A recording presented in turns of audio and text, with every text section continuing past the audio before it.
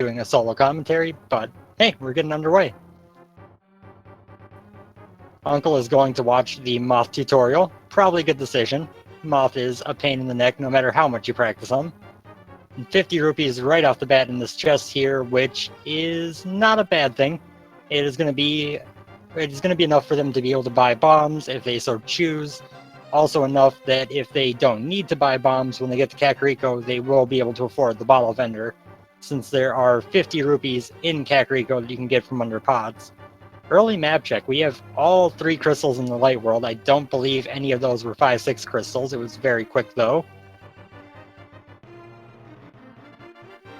And we are coming up on the Uncle weapon, which is the Cane of Burna today. One of the more annoying weapons to get in the escape. You don't have a lot of spare magic with it. You kind of got to play it safe. Farming for bombs is a bit harder, and it is one of the slower weapons as well. But these two should be more than capable of taking care of it. Both of them getting out of the secret tunnel about the same time and heading over to the main portion of escape. Gonna get that guard kill with the bushes to try to see if they can get a bomb, as they are going to be looking to get into the back of escape on this first trip through. So now, as we make our way down here, essentially we're going to be going through the escape sequence like normal if you're unfamiliar. Oh, and Ack got his bomb drop, 4 bombs from one of the knife guards. That gives him a pretty good situation going into the back end of this. And yeah, if you're unfamiliar with this, they're going through the escape like the normal game. All the stuff in here is randomized. And then after that, they're free to go wherever they want in the world with what items they find available. They got the Bloomerang, which could help stun some guards. Maybe the Sun Prize is something good. You know, if the Sun Prize is bombs, that could pay off super well from one of them. But as a whole, not going to be super useful. Just going to kind of help to avoid combat in the early game here, where they are tight on magic and not able to necessarily wipe things out easily. Boomerang chest is just a heart piece, which is not very exciting in any way. They are probably looking for some that's going to point them in a direction after this right now. You don't want to really go through all of escape and get nothing that unlocks anything for you. One of the disadvantages of Cane of Burna is that it is not really a progression item. It eventually opens Spike Cave for you once you have a hammer, a glove, and the Moon Pearl, but up until that point, it does nothing for you progression-wise, where most of the weapons are going to help you out in a different situation. Now, Carnath used up all his magic killing the ball and chain guard. Ack just used pots. Now, there are a few magic pots in the sewers, which Carnath is probably going to be picking up. Those will give him the magic needed to kill the key rat, but he is not going to be able to kill much on the way there. I guess he'll likely try to kill some of the green guards in the hallway back to the main room with some pots to try to get that bomb drop, and then he'll have to go a little bit out of the way to get that magic back before the last room of the sewer.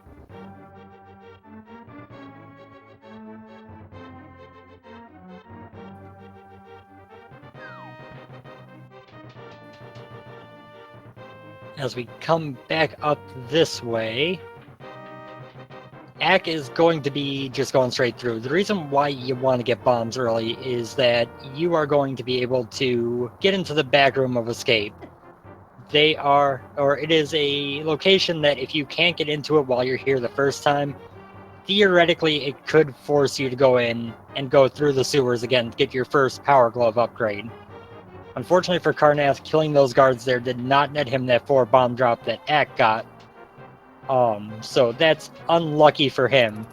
Hopefully he'll either get one here in the sewers, although, again, doesn't have much magic to work with for that, or will end up, there'll end up being nothing important in the back of escape that they need before a glove upgrade.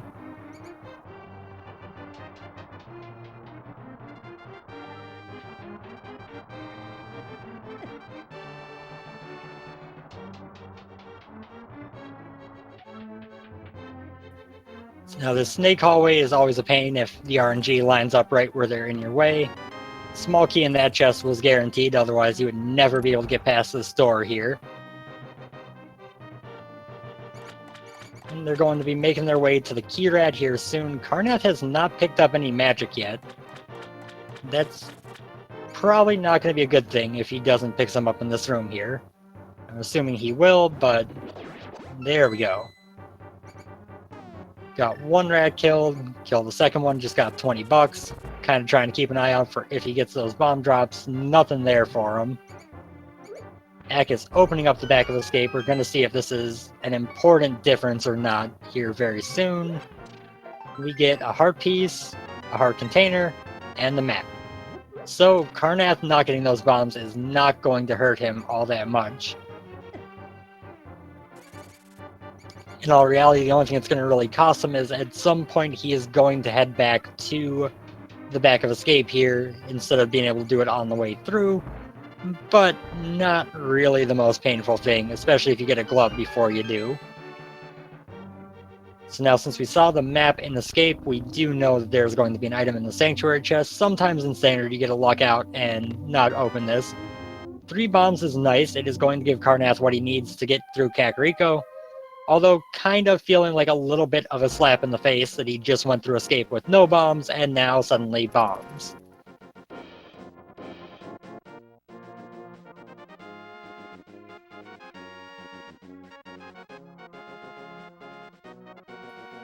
So Ack is heading over to the Lost Woods, not going to go up and check Lumberjack Tree.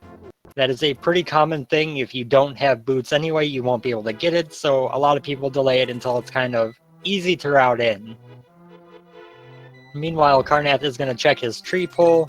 Tier 2 is red rupees. That is, actually they both check different tree pulls at the same time. Both tier 2, both red rupees. Pretty much the ideal tier 2 tree drop, since that is the most common one you'll land on.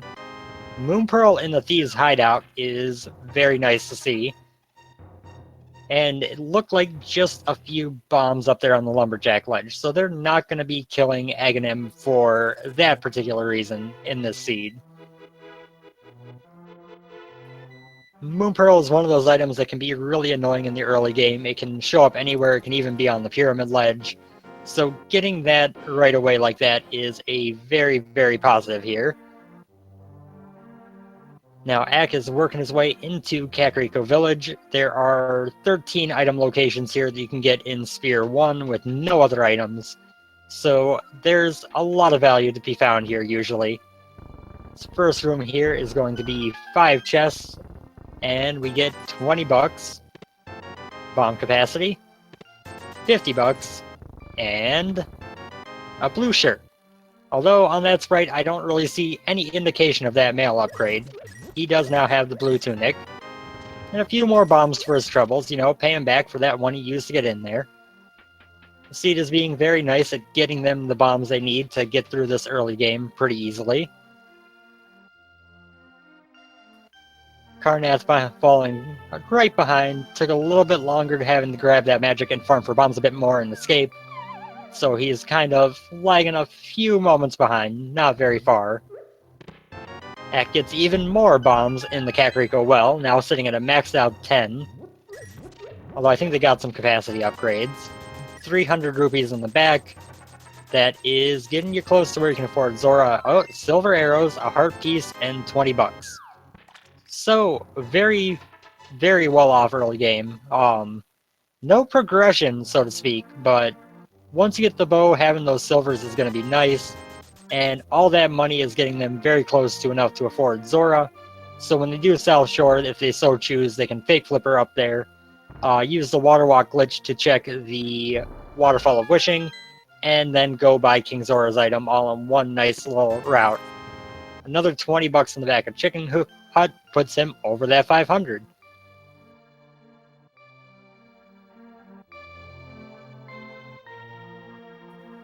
Now, the one thing we aren't able to check here currently is the sick kid who you need a bottle for, but we get the boots. That is wonderful. Ack is a man after my own heart, saying in the player bios that if he has the boots, he would rather never see Hookshot. So if Swan Palace is a pendant, he'll be hoping that the hookshot is never ever seen in this seed, because usually there aren't many people who can hover comparatively, and so with the boots, you don't have to worry about it, your opponent might. Taking advantage of the fact that you can bonk this wall here in the race game instead of wasting a bomb on it, and going to just kind of go for it, hoping that there's something important there.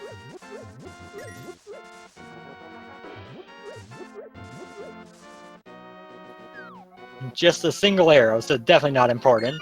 Ack almost saving and quitting while falling off of that little ledge there, which would have armed EG for him. Noticed that that was going to happen, undid the pause, let himself fall to the ground, and then saved and quit. Obviously, if a major glitch happens on accident and you don't take advantage from it, it's not an issue. But you do still have to save and quit out to get out of EG and be able to continue the race, which is just a major annoyance. So we're heading down to South Shore now. With the boots on the Moon Pearl, they could potentially do a double water walk to get the Zora Ledge item. There's our first bottle in the dam. To answer chat there, EG is exploration glitch. It is the most major glitch in this game. It breaks it wide open. One of the easiest ways to arm it is jumping off a ledge and saving and quitting while you are. It jumps you out of the proper layer and lots of stuff that I'm not going to go into in detail because it's kind of irrelevant to the race, but fun to watch. We get a power glove under the dam, so that is at least something progressive. That is going to open up a few more locations to them. Most of the stuff, the boots opened up one for them, but everything else they got has been pretty low on the progression side. Going to do bomb strats for mini Moldorms here with the lack of magic. Very nice double on that left side there.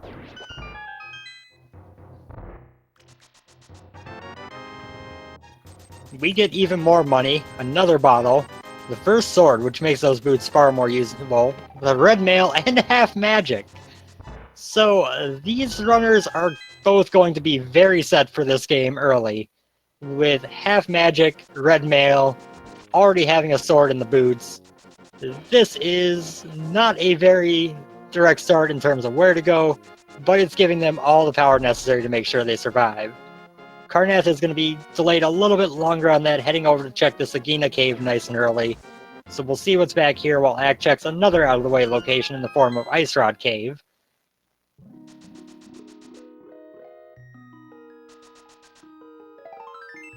Just a heart piece back here is going to be going back out for the fake flipper and setting up the boots water walk. And we get a cape in Nagina's cave. Now, cape and sword means that if they find the lamp, Aghanim is in logic for access to the Dark World. So both of these two are going to be hoping to find a hammer before they ever find any sign of the lamp, because they don't want to have to consider that Aghanim for Dark World play. Ack pulling out the fake flippers. If he didn't get that right on the first try, his boots water walk would have been disarmed. He does take the time to set it up properly, gets down there, and he is heading up to check on our dear friend the Hobo, who may or may not have progression. He has flippers locked, we don't have flippers, so the odds are lower, but, you know, maybe later in the run it expects you to do this, and this way you get it out of the way nice and early. Carnath accidentally dropping a bomb in the pit there, but otherwise taking care of the mini Moldorms pretty quickly. And Hobo has a single rupee. What a nice guy. Now with that arm boots water walk, Ack jumps out of the Hobo and starts just dashing across the water, making it look nice and easy to walk on water like it's nothing. Gonna go check Lake Hylia Island, which has a red rupee, and then head up to the Waterfall of Wishing. Only downside about using this water dash here is that you can't actually get the Zora Ledge item without making another trip. You can work it out where you can do it in one trip if you fake flipper out a Hobo. Just a 20 rupee and a piece of heart in the waterfall as Carnath heads his way up to Ice Rod Cave here.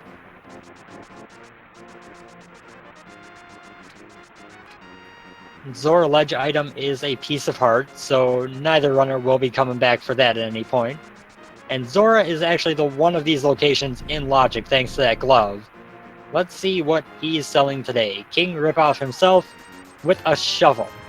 He's saying, I'm going to teach you a life lesson about buying things, and you're going to have to go figure it out yourself later on.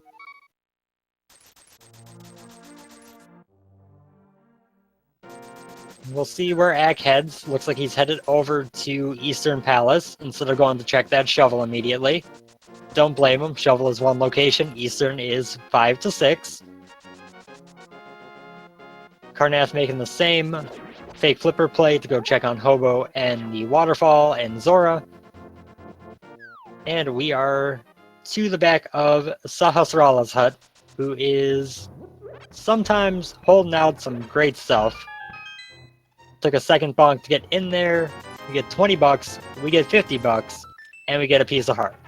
A little bit of love and $70 for coming to visit. I mean, all things considered, for just stopping and saying hi to the dude and then, you know, going in his back room and robbing him, that's not a bad thing to get out of there. And Ack making very good use of spin speed to kind of move quicker through this entire area over by Eastern Palace. It doesn't save a huge amount of time, but if you are as smooth with it as Ack was, it is a definite time save.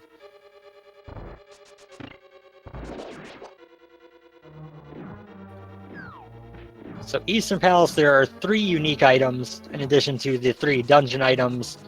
You are only guaranteed to get 4 of them without lamp, 4 locations without lamp. There's our first item, a heart container. So yeah, 4 locations without lamp, which could be 3 dungeon items and 1 item. And one of those locations you don't necessarily get. It depends on big key locations. So without the lamp, there is definitely less value here than with it. But most runners, especially those who are at the level of these 2, know how to do the Eastern Palace dark rooms at this point.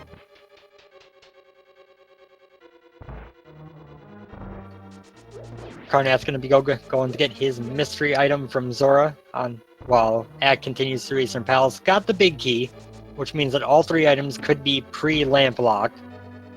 It would take a little bit of luck there, but sometimes the seed does it.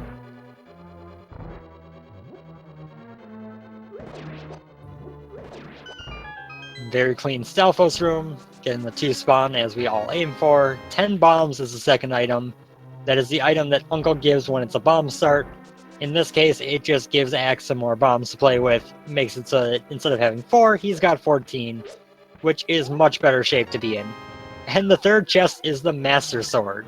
There is another form of entry to Aghanim. Still no lamp, so it doesn't really tell us anything, but probably going to be headed over to that shovel spot. Carnath is going to be heading to the back of Escape to go get his disappointment with the heart piece and heart container. But it's a check that you gotta make. You always have to assume that's an important thing.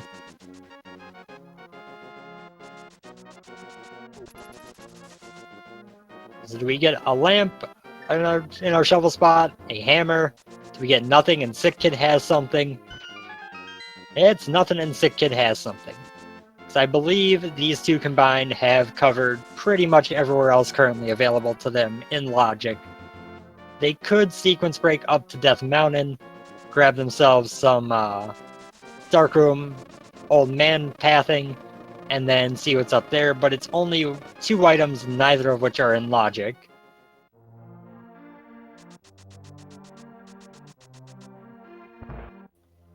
And here we go to the Sick Kid, who probably has to have progression. And no, it's an air capacity upgrade. So what am I forgetting that they have not checked yet?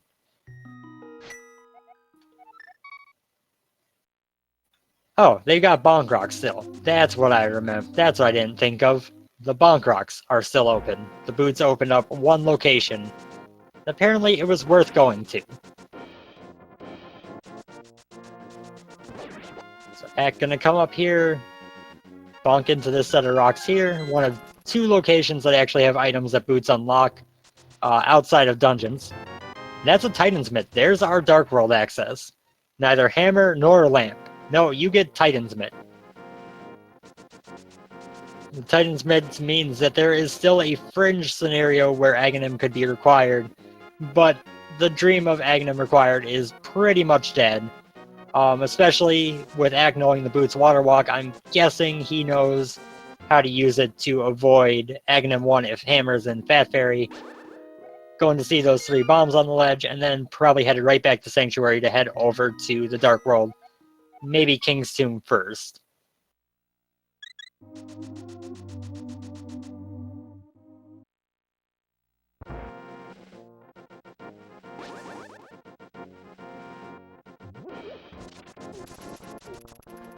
Here we go with the King's Tomb check. Carnath going to get his money and love from the old man Sahasrara.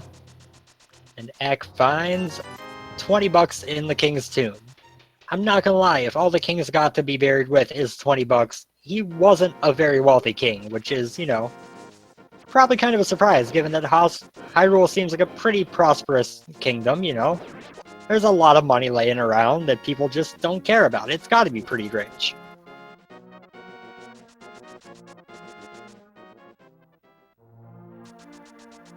So now, once Ack heads into the Dark World here, he's going to have a few different options available to him.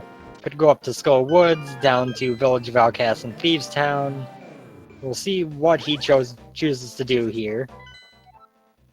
Okay, we got pendants at Skull Woods, Ice, and T-Rock is our green pendant, and Pod and Thieves Town are our 5 and 6 crystals. That is not a bad layout. That Skull Woods pendant means that if he gets both items in the front here, he never has to come back.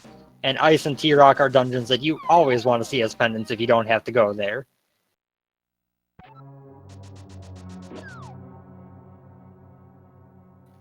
Also with that 5 and 6 layout, we are still quite a ways. Hey, there's the lamp. There it is. That 5 and 6 layout means that the Aghanim dream is completely dead. Hammer being in the Pyramid Fairy would be the only thing that could force it still, and with Pod requiring the hammer to complete and being a Pyramid Fairy crystal, that means that there is no way for that to happen.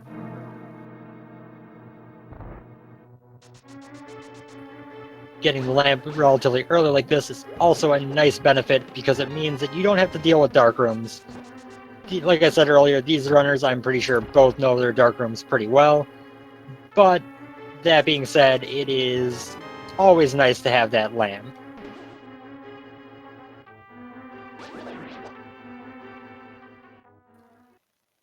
And Ack is going to go check the annoying chest, the vanilla big key chest of Skull Woods that takes an unreasonable amount of time to check for one location, but leaving it behind has bit more than one runner more than once, so going to go ahead and check it.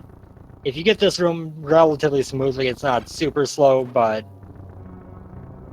Boomerang helping out there by being able to stun the Gibdo, the only weapon that can stun them. You know, Ice Rod will freeze them like it freezes everything else, but the hook shot will just clink off of them. And one point added, there's one of the items from Skull Woods, a heart container. Probably not worth the time investment to come in here, but worth the check getting it off your mind. But yeah, Chad bringing up a point that there is one logical situation that could still require Aga, which is if Flippers and Hammer were both locked in Eastside Dark World, but that is a very, very sequence breakable. So Ack coming down. Oh, Carnath, I am realizing, has apparently miscounted items in... Or no, he's going up Death Mountain. That is the Death Mountain Dark Room, not Eastern. So he is going to go save the old man, see what's going on up here before he goes and gets those Titan mids. Not going to be what the seed expects from him, not going to give him that Dark World access yet, most likely. But we get an Ether Medallion. Can't say I blame him on this. Death Mountain, having that safe spot of the old man is nice, and knowing what's up here. Hey, Tempered Sword in the C-shaped house. Knowing what's up here on Spectacle Rock can be useful for when you eventually get the mirror. So this seed is just continuing to be super friendly with equipment. Half Magic, Red Mail, and Tempered Sword within 25 minutes. Can't complain at all. 20 rupees there, and I actually missed what was in Spectacle Rock, but clearly nothing all that important since Carnath is walking away.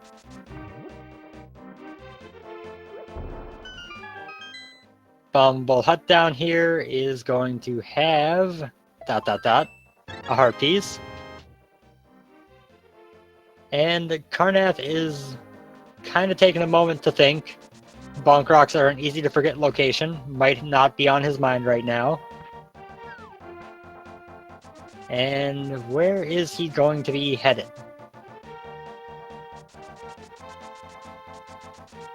He looks like he might be headed to go try to do Dark Aghanim, having forgotten the Bonk Rocks. That is super unfortunate. That is extremely difficult to pull off, even without, and especially without the Fire Rod. And knowing that his progression is just sitting there underneath the Bonk Rocks makes this a very sad play to watch. You know, the boots very rarely end up being an important unlock. You usually end up checking Bonk Rocks right after you get the boots. So having that delay here without it being checked is probably throwing him off a little bit. So we're going to see some Dark Aghanim. We'll see if Carnath can pull this off. It'll be extremely impressive if he gets through this. It is not an easy set of dark rooms to do. In fact, out of all the dark rooms, it is the one that the least number of players know. It comes up so often where it's the correct play, so to speak, that it's an easy thing to pass up.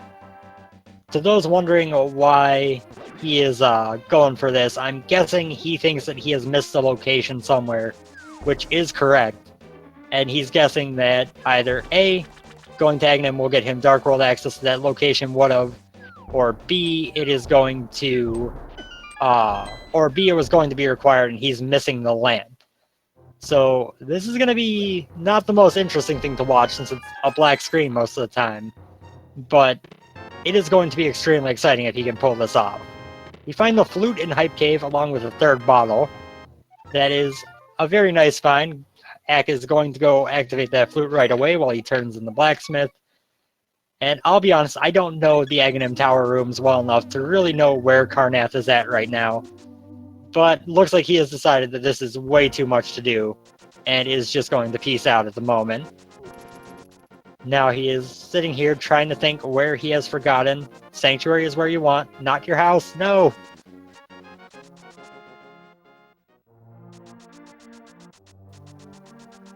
So he is starting to head nowhere. He's kind of thinking it over.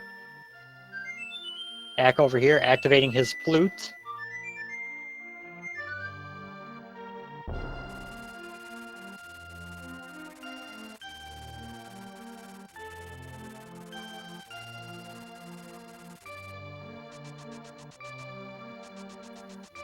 Okay, he's heading north. Maybe going to go double check the library, make sure it was a big 20. Ack is heading over to turn in the blacksmith. And another save and quit here. Did he remember?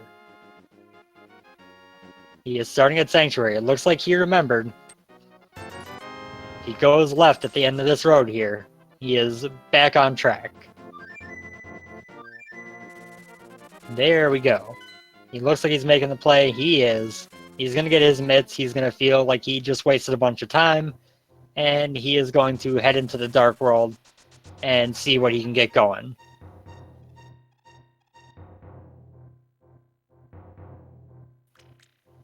Almost saving and quitting out of there, but ending up just kind of realizing, wait, that'll be slower. Let's just keep running. And Ack running with the old man, which is actually the same speed as your walking speed, but you have to sit there and wait for the animation to play to start the dash, so it turns out slower. Carnath heading into the Dark World as Ack gets that Ether Medallion from the old man. He's going to go up, find his disappointment on Spectacle Rock, and then probably head elsewhere. Carnath making the play into Skull Woods, where he is going to get that heart container. Not much else to worry about there.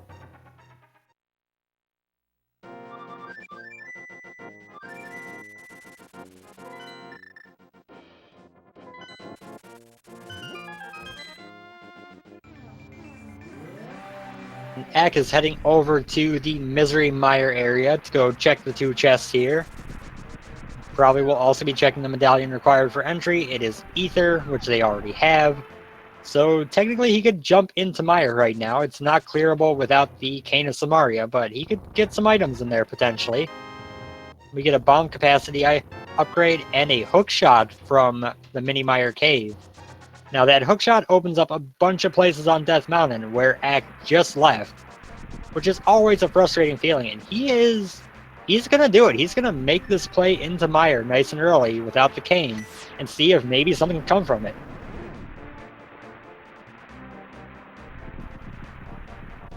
This is a little bit of a gamble play. Jumping into Mire this early, you know, you got everything to get in there. That's a sign that it could be required, but if you don't find that cane in here, you're going to have to double dip, and it's not the quickest double dip that you could hope for.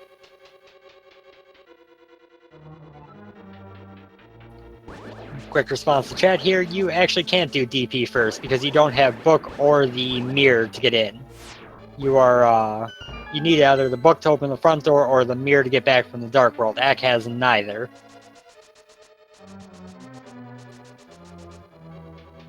So Carnath checking Bumper Cave, being disappointed that his cape did not pay off from that early Agina check, and heading into the village of Outcasts where he'll start getting his progression of useful items. Ack is here to check this first chest of Mire for a piece of heart as item number 1 of 2 in the dungeon.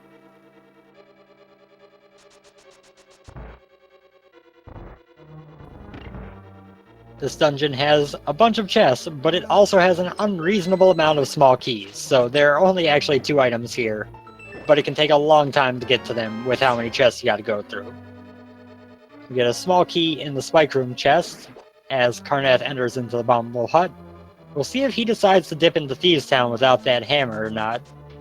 It's one of those plays that maybe if you feel a little bit behind, you go for. And it looks like that's exactly what he... Nope, he's going to the chess game. All routing the town like this kind of makes me think that he may be considering the Thieves Town play at least.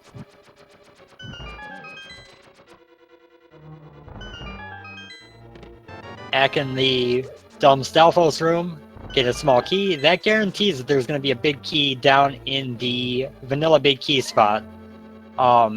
To prevent key locks, if they put anything but the big key with the small key on the left side, it would be a potential key lock.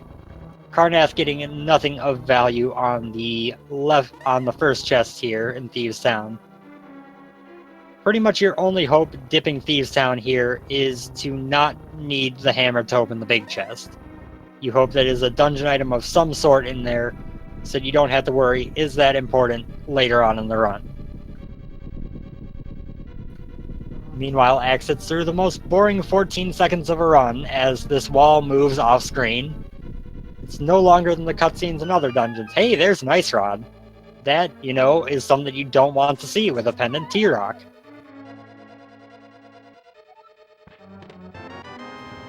But yeah, that cutscene in Mire, no longer than other ones, but feels longer because you can't watch it.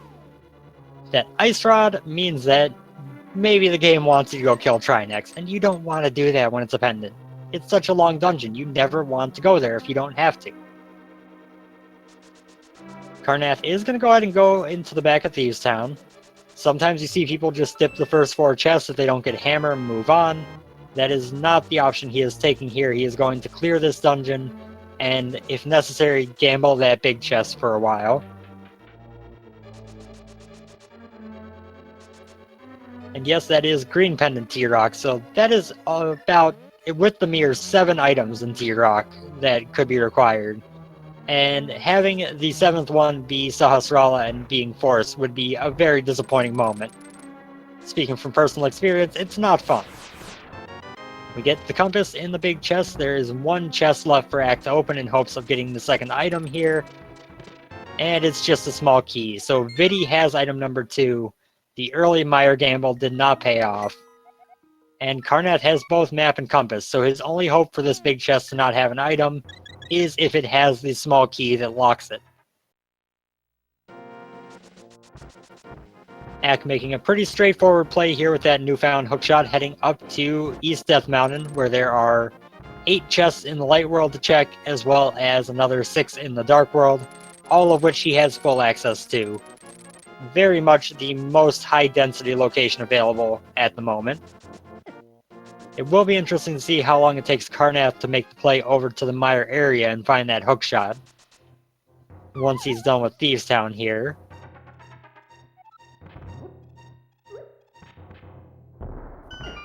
This chest coming up for Carnath is a little bit of a moment of truth, as Ack starts in the Paradox Cave and gets the bow, as well as some bombs.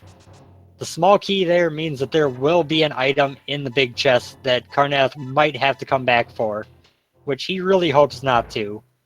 That bow pickup is big, that gives them 2 more full clearable dungeons. We get a piece of heart, air capacity, 20 bucks, and 5 bomb capacity, and some bombs in the upstairs of Paradox Cave, so not all that exciting. Now, Carnath entering into the blind fight, kind of chaotic if you don't know what you're doing. If you do, you can pretty much script the fight, and as long as you get through a good chunk of the script intact, you're going to be in good shape to complete the fight. Carnath getting phase 1 down pretty quickly, phase 2 down pretty quickly, and then going to just elect to use his cape to make sure that he does not die on phase 3.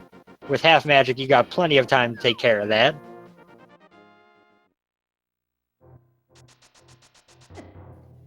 Blind just dropping a big 20, which is not really what Carnath hoped to see, but he does get the first crystal of the race at 36.25-ish.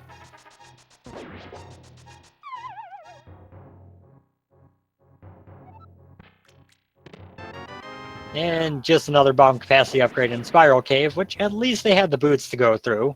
That cave is always disappointing when you gotta go through it with no boots, but having them, not so bad. Carnath now going to be kind of falling back into some of the stuff Ack has already done. Electing to just take the blacksmith home without going to check Hype Cave. That's going to delay him getting that flute. And by extension, it is going to delay him getting that hookshot.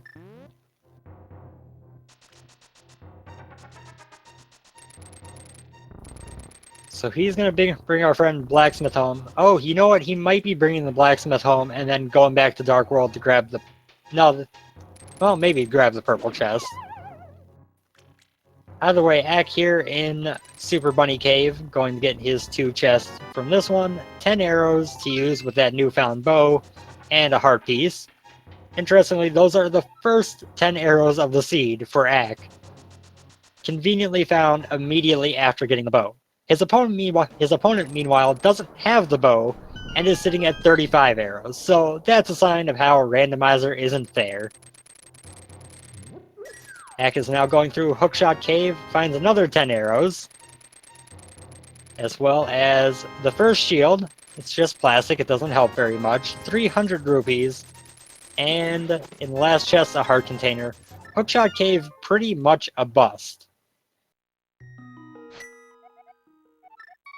I don't believe he checked Turtle Rock Medallion, unless I really missed it. Because, you know, it's a pendant. You hope you don't have to go in there. You don't check it until you feel like you have to. It is a reasonable thing to do. Now he's going to go ahead and flute to 3, and we'll see where he goes. I could definitely see him making the Thieves Town play, or he might be setting up a water walk to go over to Pod. Both of those are options over on this side of the Dark World. So Carnath did not grab the purple chest yet. Going to go do Digging Game. And it does look like Ack is headed down toward Thieves Town here.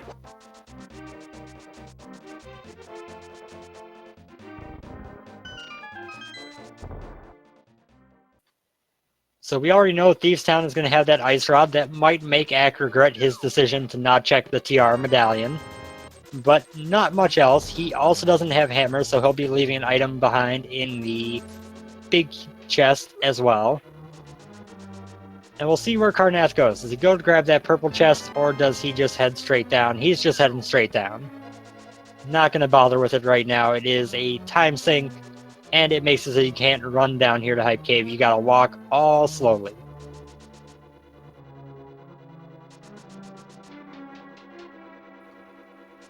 So these two have checked a lot of locations so far in this seed, and they're still missing a lot of stuff they need to complete this run. The first and foremost thing that they're hoping to find sometime soon is the hammer. because navigation of the Dark World is really, really annoying without the hammer. Having only that one portal to access Dark World up at the top of Kakariko is not really the ideal situation. It's a long walk to get anywhere.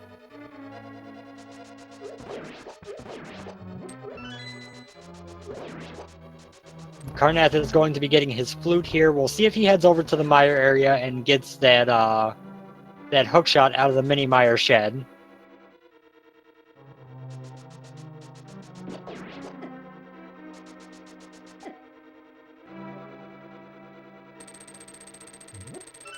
And now Carnath is like, I wish I had done Hype Cave with the blacksmith, because I need to walk back to Kakariko for this flute anyway, but not so bad.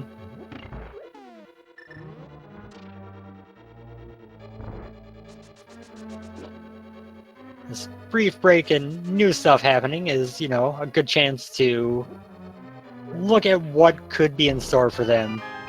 Trying to think what we still require. We still need the mirror, which is only required for Swamp Palace. We still need the Cane of Samaria, which is needed for Mire and anything that might be in T-Rock. Fire Rod, not technically required on this seed, unless Trinex is required. They could get away with not having it and doing a bomb jump in GT if there's a right side key, but it's a rare thing to do. And Carnath is going straight to the Mire area, going to get that hookshot. We'll see if he makes the same Mire play that Ack made, or if he gains back a little bit of time here from that earlier Bonk Rocks confusion.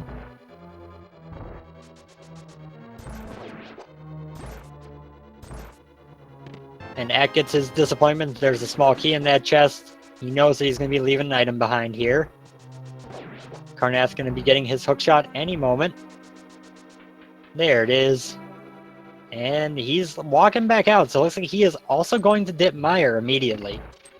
I feel like it's rare to see both runners dip into a non-full clearable Misery Mire this early in a run.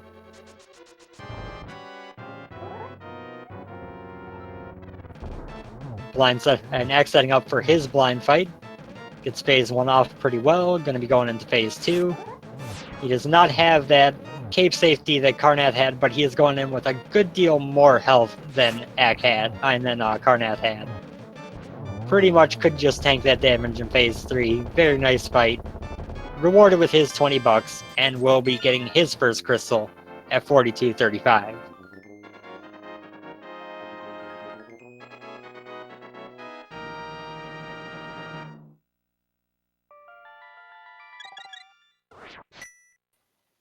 Taking a brief moment there to take a drink, because doing solo commentary is much more work on the voice than I expected it to be. Ack is heading back up this way. No, changed his mind. I was about to say he's probably going to do that water walk over to Pod, but looks like he's going to do the... No. What are you doing, Ack? He's just taking a different route to do the water walk. Okay. So yeah, he is going to set up this water walk. It is very simple. We'll see if he does the most simple setup. He does the slightly harder one. You can actually just go ahead and run down along the right side of that hole and bonk off the wall there, and that puts you into the water walk setup. You just have to walk around the south of the hole on the way out.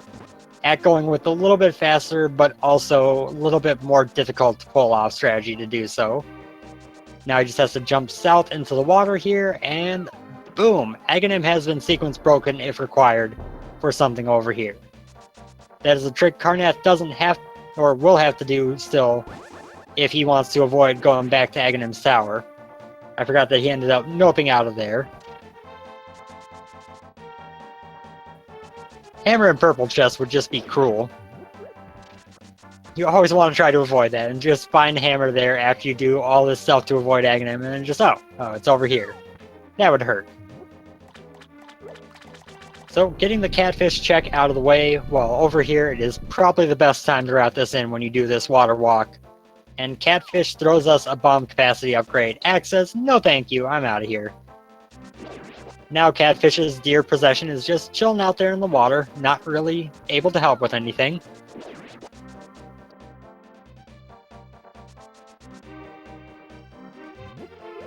So Ack is now going to be headed down to Palace of Darkness, which I feel is a pretty high candidate for where progression is at right now. The game has given you everything needed to get into Aghanim's tower to get access over here. We're going to check the Pyramid Ledge first, and then over to that Palace of Darkness, which can't be full cleared, but they can get everything but the Helmasaur item with just the bow and the lamp they have now.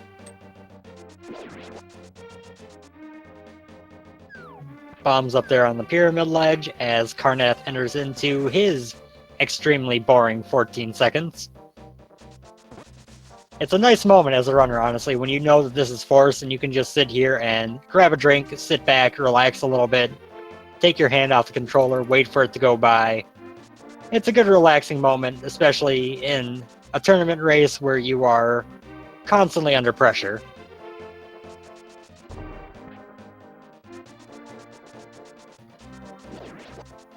We're going to grab Kiki here and bring him over. It'll cost 110 rupees to open the dungeon. And Carnath taking a little bit different route through Mire than Ack did. I'm not honestly sure which of these is the more efficient one for the layout in particular, but going to be going to get these last couple chests from this route over here.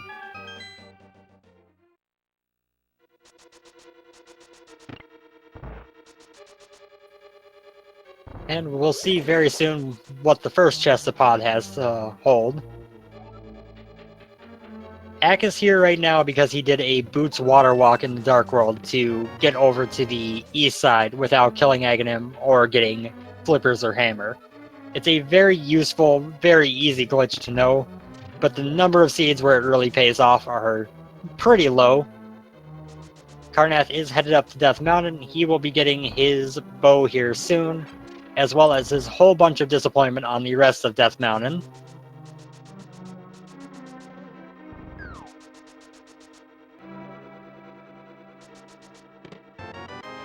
Small key number 2 on the bridge.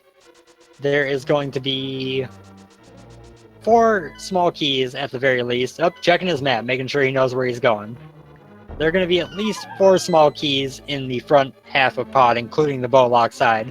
There could be up to 6. I actually saw all 6 pod keys in the front half of the dungeon the other day. That was an adventure. Get another small key in the vanilla big key location, so that is 3 of them. And there are flippers, so that is one of the 2 items that need to be locked over here for Aga to be logically required. If we find the hammer here or locked behind flippers, that is going to be a very big thing for Ack.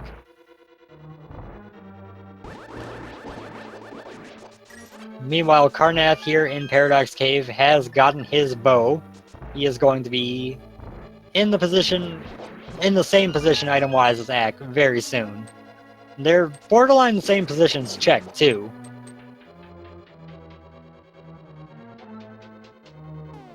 Over here on the bowlock side of pod, we find another small key and ... a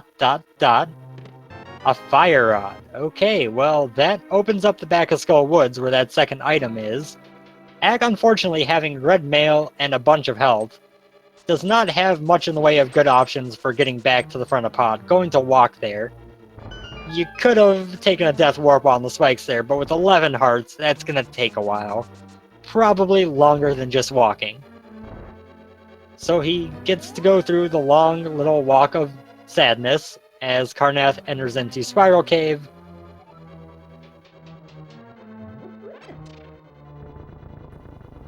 And he will be... Oh yeah, that's right, the lamp was in Skullwoods. They actually do have both items there. Never mind, I forgot the lamp was found there. And we're heading into the back of pod where usually you're going to find the most items possible. Since the dungeon has to have 4 of its first 6 chests being keys, you will very likely not find your main items until back here. We already got 2 great ones. This pod could be loaded though. There's the big key, necessary to get the big chest checked. And we'll see where Carnath decides to go here. It looks like... Yeah, Carnath is going to be making the Aghanim play now, it looks like. So that water walk, no matter what, is going to pay off for Ack, because he is never going to think about doing Aghanim.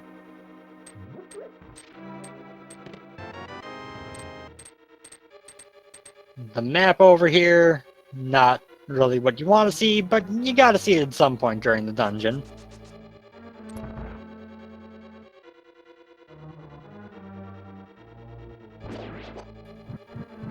And heading into the Dark Maze, the last 3 chests have the compass, which means that the Helmasaur does have an item here in Pod.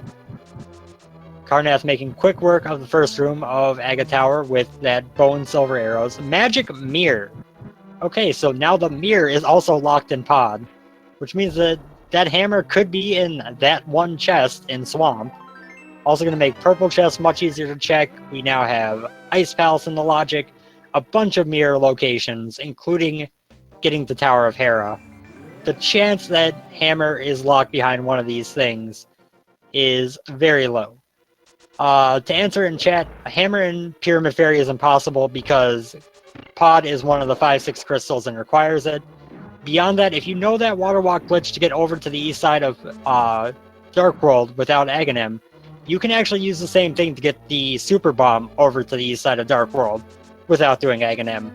And Sequence Break, Fat Fairy requirement there. Pyramid Ledge was actually already checked. It was just 3 bombs if I recall correctly. Ack is going to go ahead and take out Eastern while he's here. You know, he was in the area. Armos does not have an item, but might as well knock it out while he's over here. He is going to be back in the area, but no reason to not do it.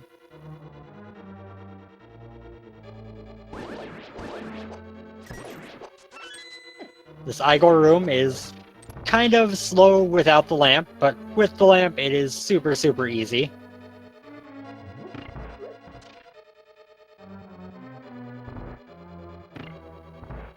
And Carnath is making quick work of the Saga Tower. It is, again, kind of straight time loss over Ack, who never has to think about it, but he is moving through it very quickly, and that makes it less of a damaging factor. You know, V29 has become kind of infamous as the last item is super hard to find, and so there's always a chance that this is not a major factor in the race in the end.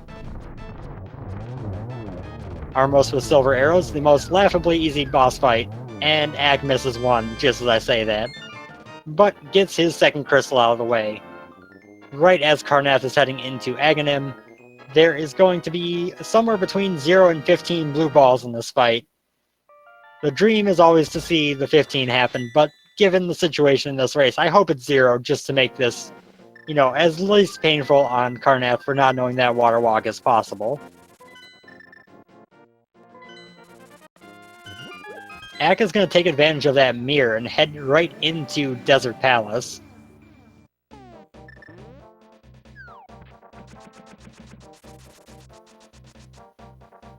Well, that's only 1 blue ball in phase 1, so that's not a bad start.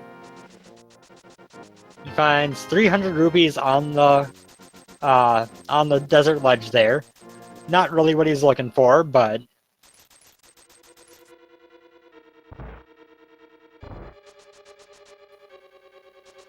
Aghanim has to be, I think, every runner's most disliked boss fight because it's literally just stand still and charge spins.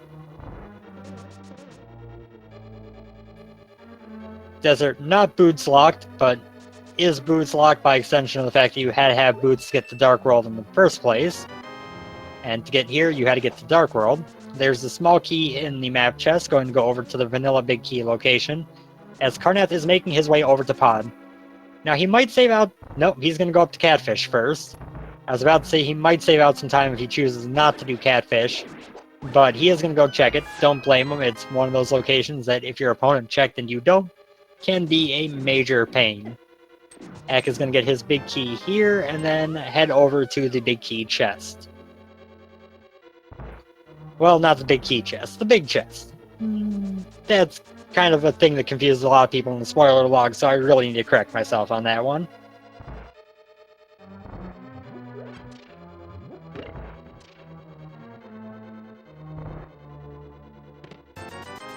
Big chest does hold item number 2. It's just some rupees, so not anything majorly valuable in desert.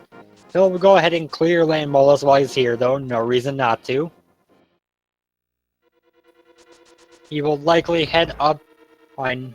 If I had to guess, he will probably head up to Death Mountain next, as it is another full clearable crystal in Tower of Hera that's available.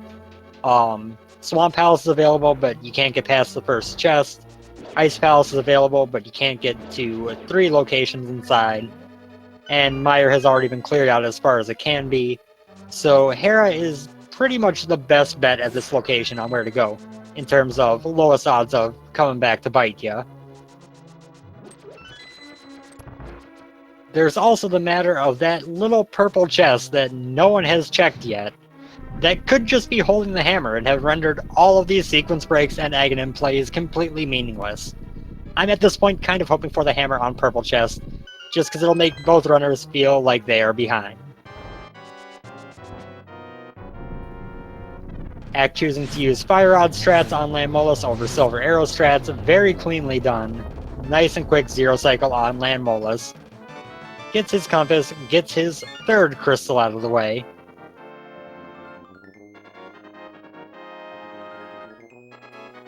Ack actually couldn't do Hera on the first trip up there because he didn't have the mirror or hammer, so he wasn't able to get over to the Hera side of the top of Death Mountain. While he's over here, he's going to go ahead and go check Checkerboard Cave as well. So that is going to be potentially something of interest. Definitely worth the check while you're in the area for desert anyway. And let's see what we get. We find 3 bombs. Not even worth the time to get when you already have 20. Ack also going to go ahead and check Agina's cave, which he did not check earlier, get his cape, which gives us nothing, since we know Bumper Cave is nothing. But it's a nice little safety to have, especially with half magic.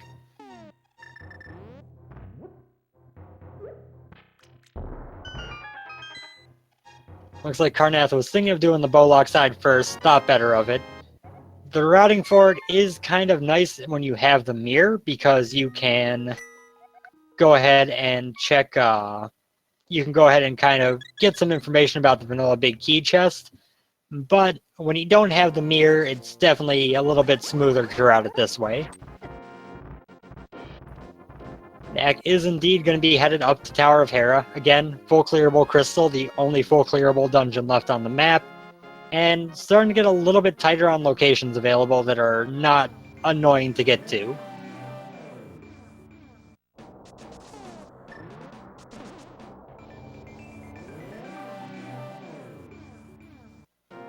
Mirroring just out of the way of that 50 rupees. Not going to get an extra 50 bucks to bring him up closer to that 1500 count.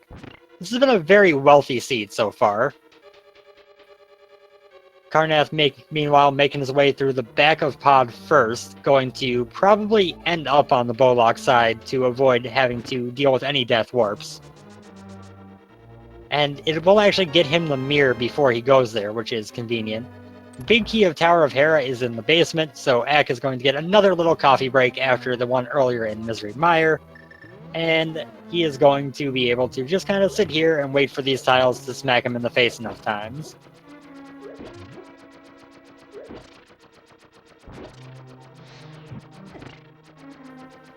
Oh, tile hit him off of the block just before it went up. Gonna give it another shot here. And miss the switch. And at this point seems to be thinking, you know what? Screw it. I'm just gonna take some damage, set up, you know. Doesn't really matter. Taking the hits. Almost seems like he's trying to set up a death warp, but he has the mirror, so if he is, he might have forgotten that he had the mirror for a moment. Instead, just letting a bunch of tiles not do damage to him while he's pressing up against the wall there.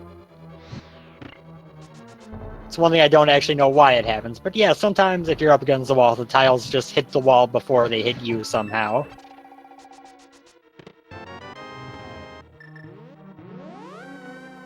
And Carnath getting his flippers, which is likely going to make flippers and mirror by now, which likely makes him feel a lot better about making the play on Aghanim. Little does he know his opponent just water walked over here and saved some time on that. But it does feel good when you do the Aghanim play, when you have other locations to check, and it does seem to work out.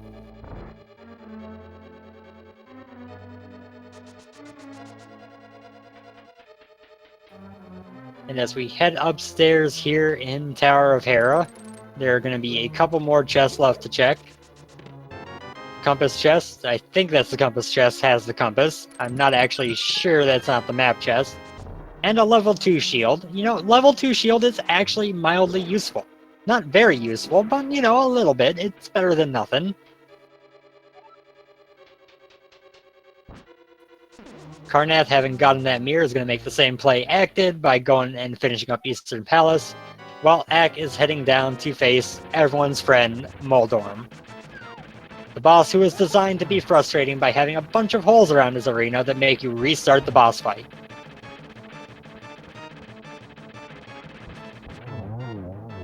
Takes him down pretty well. Unfortunately, he did end up getting Moldorm into speed phase, but did not have an issue with it. Got him down quickly.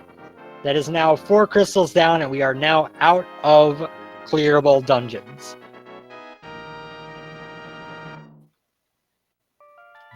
I would guess he's going to finish up some more overworld stuff before he decides to dip into Pendant Ice Palace without the hammer, but he might just go for that one.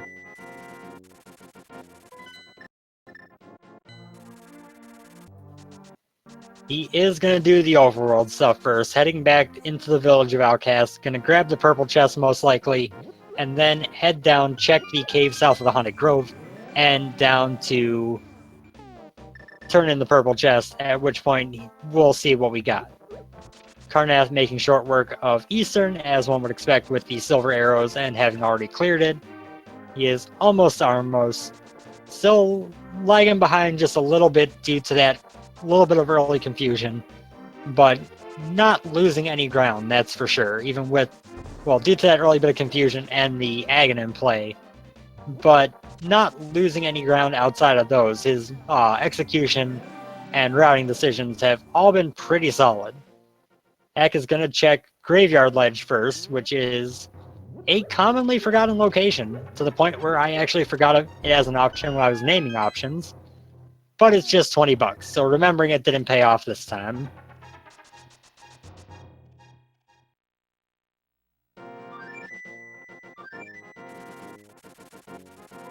Goes ahead and pulls out his flute, flutes back to 3, and we'll return to the Dark World to go from here.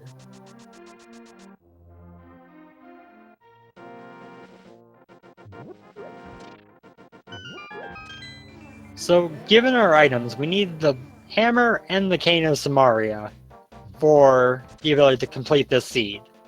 And that means that they will not have to step foot in T-Rock.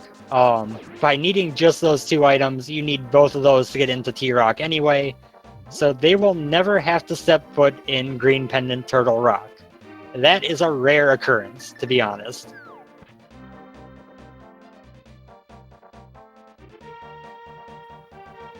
Carnath getting in the check of Checkerboard Cave before doing Desert, the slightest little route variation. Ack running down this purple chest. Come on, purple chest hammer. Make the dream real.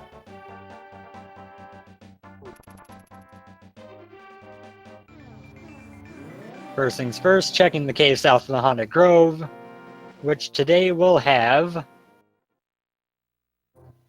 another big 20.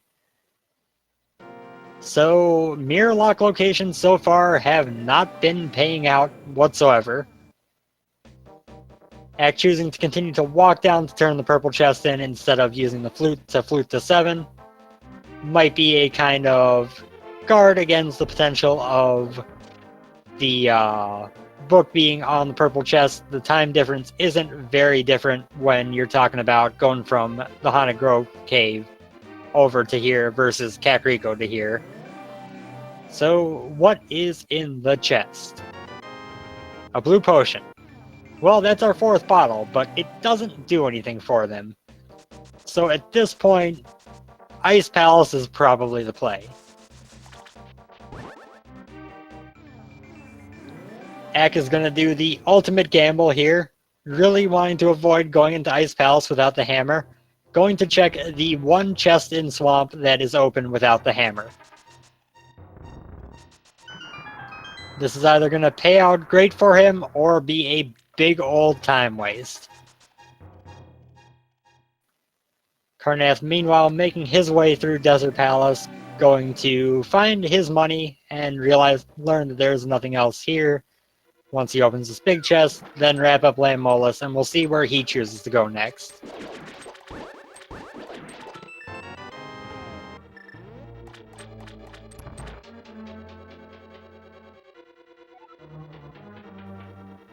So we have the moment of truth for Swamp Palace just behind this bombable wall. What is it going to be? Is it going to be the hammer or is it going to be nothing? It's arrow capacity. It is nothing. A big old time waste has been confirmed. The disadvantage for Ack here is that when he comes back, he is going to have to go into here from... he's going to have to drain the water again to go in here to clear the dungeon. He's now headed to Ice Palace, which if Hammer is in here, Aga was possibly sequence breakable. Without doing the fancy water walk glitch, just some fake flippers up to Ice Palace could have done it for you. Actually, no, I take that back, because Fire Rod was in Pod, and we don't have Bombos, so yeah, you still would have had to go to Pod before you could do this.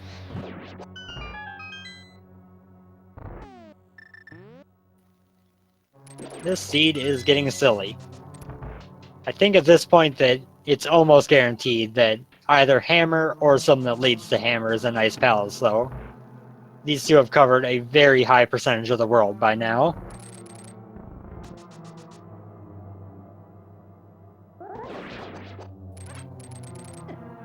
Trying to hookshot the Pen Gators, and they both dodge masterfully.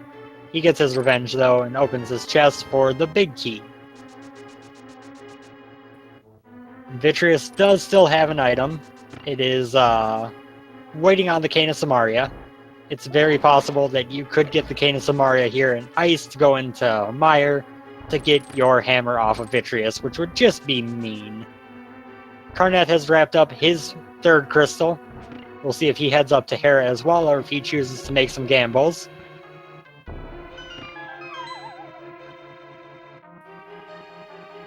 Into the Stalfos Knight's room, which is very satisfying to pull off. Carnath is indeed heading up to Death Mountain right here. Going to knock out Hera, going to get his nothing out of it.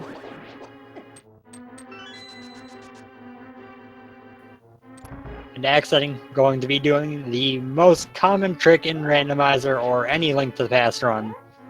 The Ice Palace Bomb Jump. This bomb jump saves you so much time over doing things the vanilla way. It is absolutely the first trick recommended for people to learn because it is a major, major save.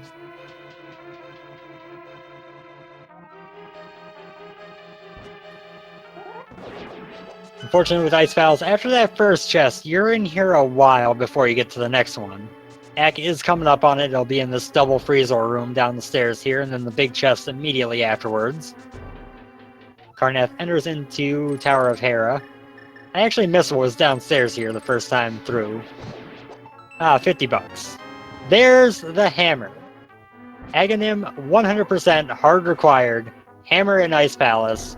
One of the worst places for hammer. And Ack now just needs his Cane of Samaria to make this happen.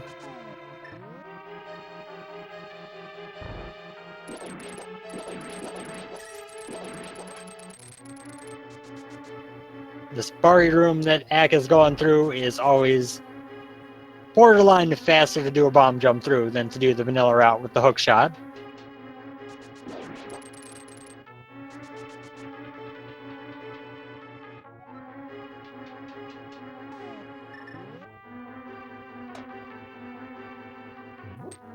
Ack is heading upstairs, doing the 3 chests up here. And what are we going to get first? We find the magic powder, which opens up the magic bat as a location where Samaria could be, and gives a very solid safety. Also a compass upstairs in the vanilla big key chest. So it's looking like he's pretty much going to have to full clear this dungeon to get all the items, which you never want to do. Ice Palace is slow, but might as well get through there. And this chest has a small key, so yeah, Cold Stairs should have our final item here. We'll see what it is. Unless... Oh, Ack did not check the iced tea room yet. The iced tea room is the most annoying room to get to, honestly.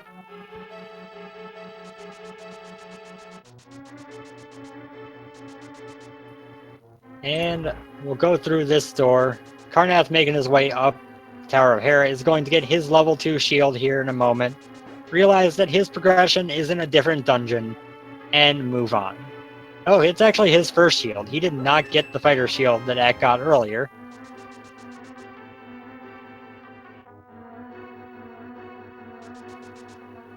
Ack almost going back through the long way and then going, oh wait, I should probably go up this way.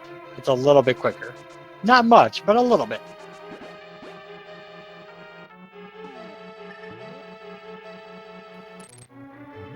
So, he is headed back down this way, going to go fight Pendant Cold Stare. Cane of Samaria is the only thing we're missing, and with that hammer opening up locations all around the world, it could be pretty much anywhere. It's not going to be in the Ice Palace big chest, I'll tell you that much.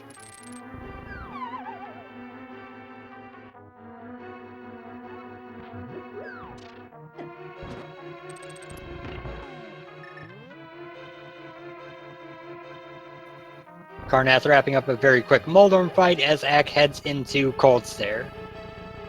With half magic and tempered sword, this should not be an issue by any stretch of the imagination. Carnath is fluting to where? Where will you go, Carnath? He is heading to 3, which means that he is likely going to do pretty much the same set of checks that Ack did that are not going to pay off before heading into Ice Palace. He may save some time on that swamp check, not going in there, but it's tough to call. And the mushroom. Ice Palace was the Hammer and Fetch Quest dungeon, giving them 2 fetch quests that could be that Cane of Samaria.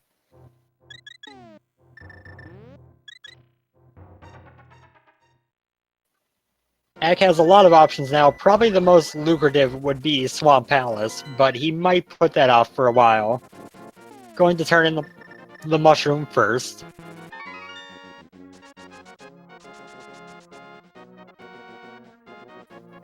And Carnath making the play into Skull Woods. I'm not sure if, like me, maybe he miscounted items, or did he not do the back earlier? He didn't do the back, so he didn't get this heart container up here. There is still 1 item left for him.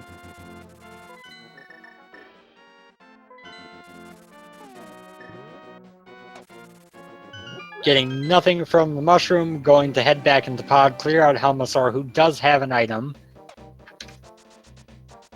It's pretty worthwhile to knock this out instead of doing a trip over to Swamp Palace, because if Helmasaur has it, you can save a lot of time on that Swamp Palace play.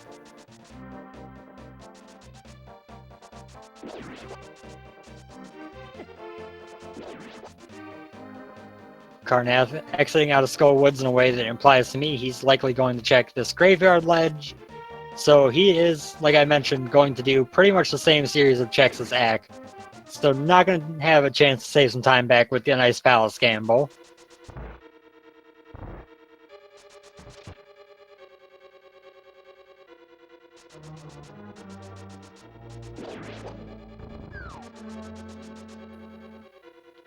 Going straight to the back here is going to be a pretty quick path.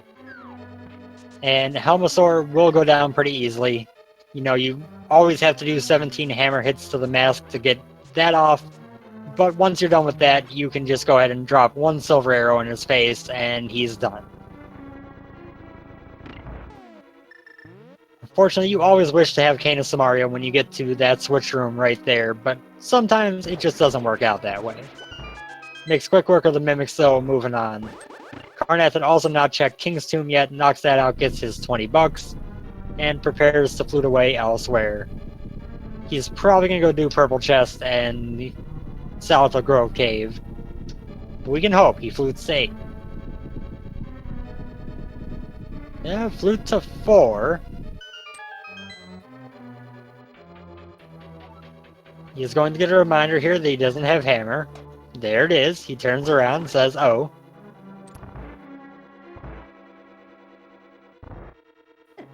And then flutes to 8, so he is going to save a little bit of time getting this hammer here. That's for sure. Not as much as he could have if he had checked this before that graveyard ledge, but definitely saving some time. We'll also see, depending on how he feels with that early game mishap, will he just dip out of ice after getting the hammer and gamble that Samaria is elsewhere, or stay in full clear like Ack did? Ack doing Helmasaur without holding the sword out, slightly faster. Not a major amount faster, but definitely the faster strategy if you do it cleanly than holding the sword out. There's less lag. And he flips to Silver Arrows, launches one, perfect hit, very good fight. Helmasaur is down.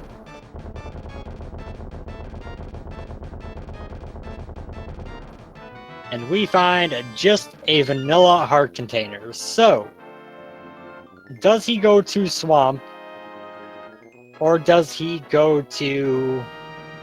I mean, that's really his only major option left. I know there's some other fringe locations like Spike Cave, but there's nothing that makes sense as a play over Swamp. Although he may prove me wrong. You never know. He is going up here to the old man. Is he gonna go do Spike Cave first?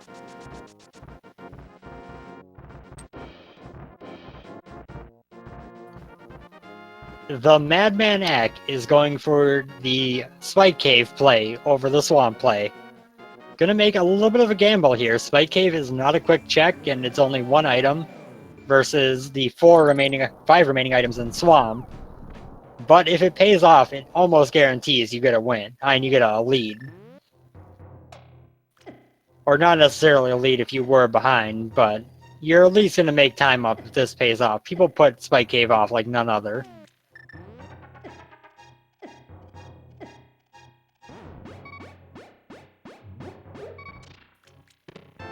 And, oh my lord, Ack with the God Vision chooses to go to Spike Cave, and he ends up with the Cane of Samaria. That is incredible. He now gets to go mode Swamp Palace. He can go finish Misery Mire whenever he wants. Carnath unfortunately having a little bit of trouble with the Ice Palace Bomb Jump here. That looks good. There we go. Sometimes you mess it up the first time, and trying to get it after that just becomes a nightmare. You have this feeling like, I've messed this up once, it's gonna go terribly. Then unfortunately he falls off and takes a death here. Hopefully he goes right back in. Maybe he decides to not do the bomb jump, which might push him away from full clearing the dungeon. But Ack in Go mode is entering into Swamp Palace, going to be a very, very quick dungeon for him. And then he will be off to do Mire, which he's already cleared except the boss. So we don't have a whole lot of time left in this seed for Ack.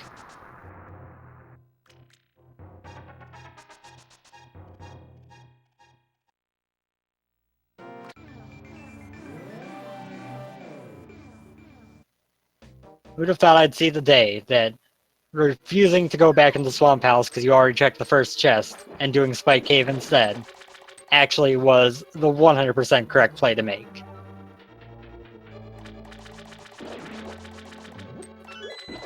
So heading down here, getting this key. If you haven't seen Go Mode Swamp before, if you're relatively new to the Randomizer community and you haven't been around for this, it's a wonderful thing to watch.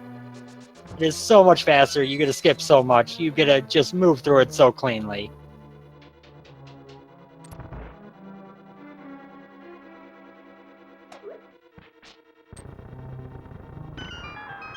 And Carnath saying, no, I got this, I'm going for the bomb jump, I want to be able to full clear this if necessary. That looks good to me. There we go, first try on the second time in.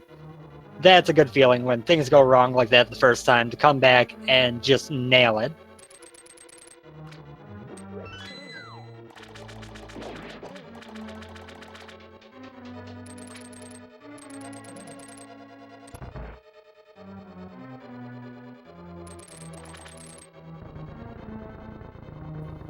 Heading into the back here, pushing the statue onto the switch, which is, sometimes you have to do a little grabathon.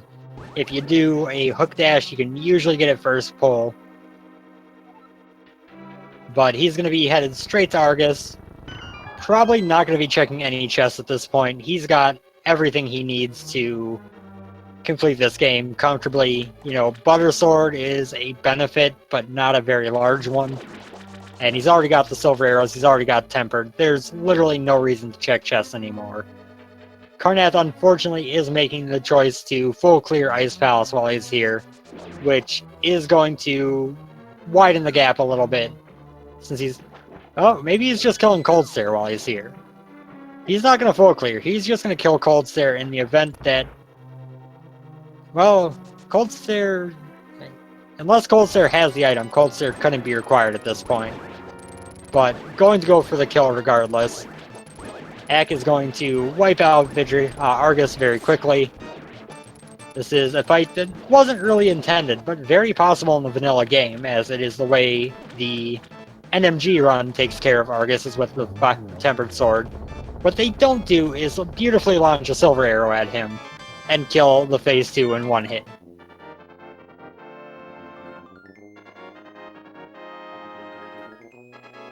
Cold Stare got a little bit wild for Carnath there, but he was able to take it out, gets that mushroom, and goes ahead and picks up his red pendant. Ack, meanwhile, going to be mirroring and fluting over to 6 to go clear out Misery Mire. And that will put him on the route to Ganon's Tower.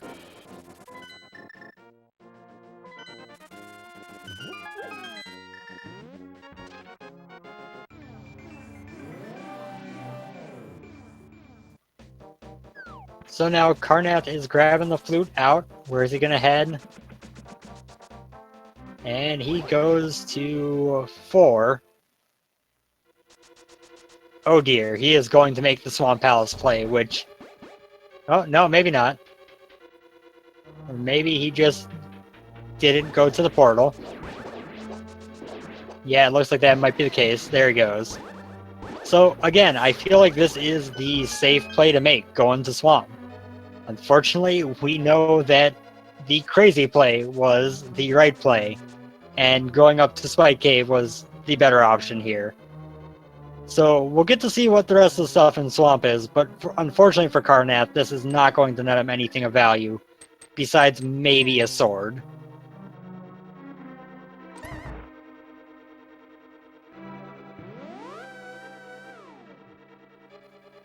I do not blame him at all for this play. It is 100% the play I would have made. It's 100% the play that most people would make.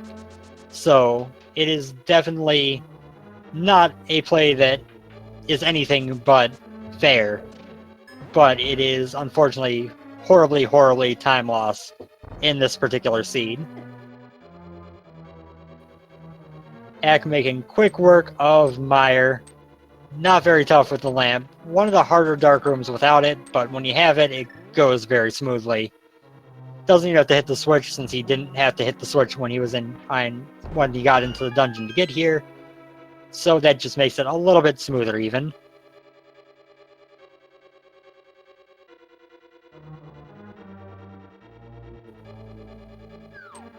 And we are headed up to the Vitreous fight. With Silver Arrows, this is going to go by very, very quickly. Silver Arrows, you can pretty much just machine gun Vitreous. Each of the small eyes die to 1 arrow. Argus himself is one of 2 enemies in the game that can survive a Silver Arrow.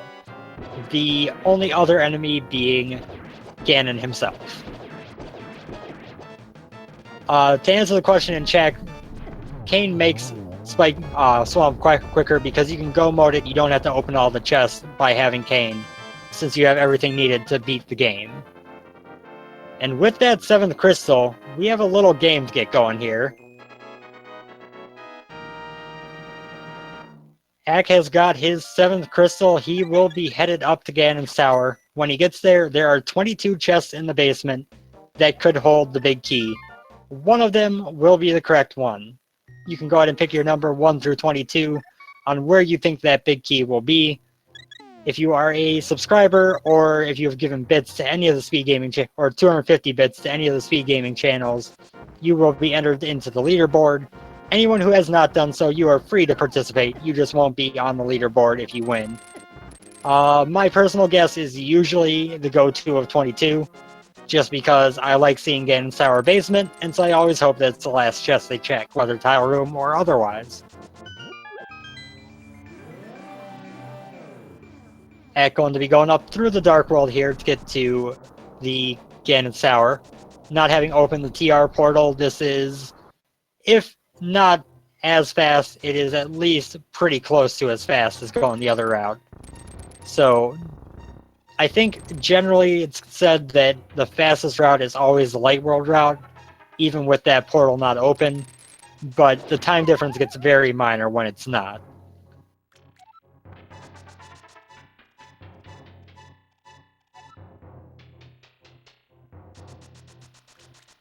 And Carnath is going through Left Side Swamp, the thing that everyone tries to avoid. Why this dungeon is put off so long, so often, is because this left side check for these 2 chests is so slow that nobody ever wants to do it. We'll get to see what's over here, but we know it's not anything important. And as Ack enters the Ganon's Tower here, we will be cutting off our guessing game, and we'll see who the winner is as soon as Ack finds the big key.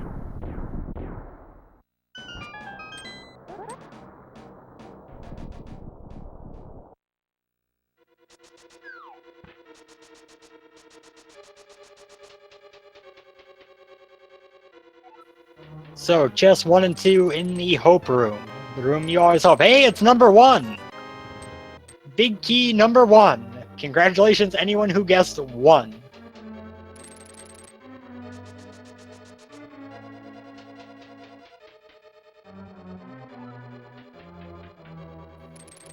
That was the easiest job of counting that Seed could have possibly given me. Thank you, Seed. As a solo commentator, I do appreciate you giving me chest 1, big key. We are now heading up to the gauntlet. The rest of this is just pure execution, just like when you're doing it in MG. You got Tempered Sword, you got Silvers, which you don't usually have in that. But as a whole, you are in pretty good shape.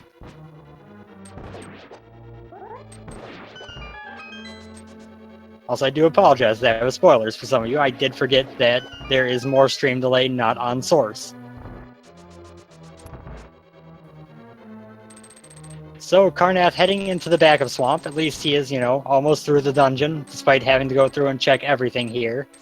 And Ack is heading through the Spike Room and going to be going into the Gauntlet. The Gauntlet is a series of like 6 rooms of enemies that you just have to kill everything in every room. There's no way around it.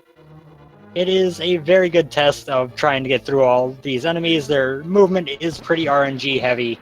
It changes from run to run, but generally you're dealing with the same stuff every time.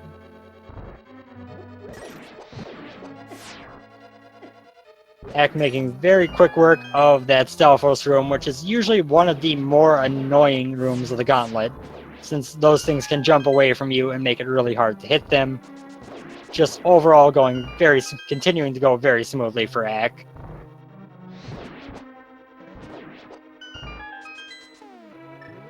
Carnath is approaching his Argus fight, going to see if that goes quite as smoothly for him as it did for Ack with that silver arrow. Meanwhile, Ack is on Land Molus 2 here. 1, 2, 3 strikes, you're out. Perfect silver arrow Land Molus 2. And he is moving out of the Gauntlet into the Wizrobe rooms. Carnath having a little bit of trouble getting that last puff there, but going to be doing spin strats. No, silver arrow strats, never mind. Got that silver arrow on the first shot. Very clean. Very, very clean on that Argus fight. Very clean on the Gauntlet on Ack's side. This race has been a wonderful showing of execution from both of these runners.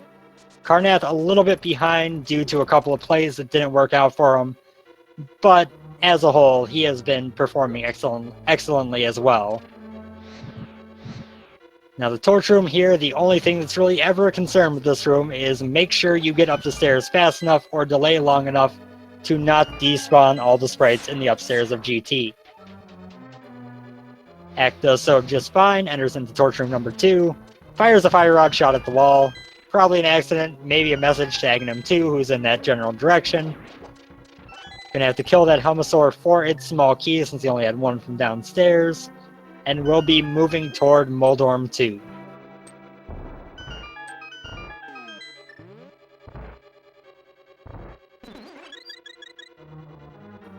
Making use of that powder from earlier to get his health back to full, doesn't need to worry about the magic refill since he got a full pod from the other side, and just going with the casual hover right over Moldorm 2. That was an impressively quick jump into that hovering, I'm not gonna lie. Most of the time you see people who kind of pause for a moment there before doing the hover. He just went straight at it. And he is on his way to Aghanim 2 quite quickly here.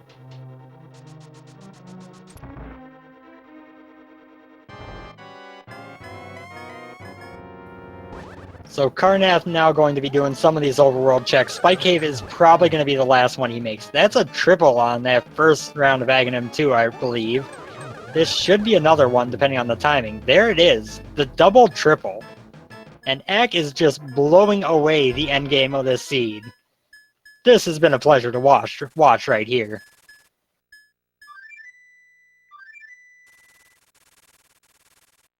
So now we head into the Ganon fight. 12 slashes on phase 1, 12 slashes on phase 2, and then your 4 hits on phase 3 and 4 silver arrows on phase 4. The way Ack has been playing these past several minutes, this should be over very quickly. He won't give you the Triforce, he'll defeat you.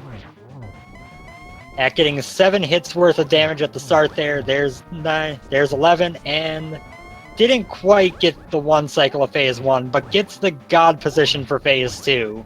So, doesn't really matter. This fight is as good as over already, barring a Ganon fall, which happens to the best of us, but Ack is a man on a mission right now.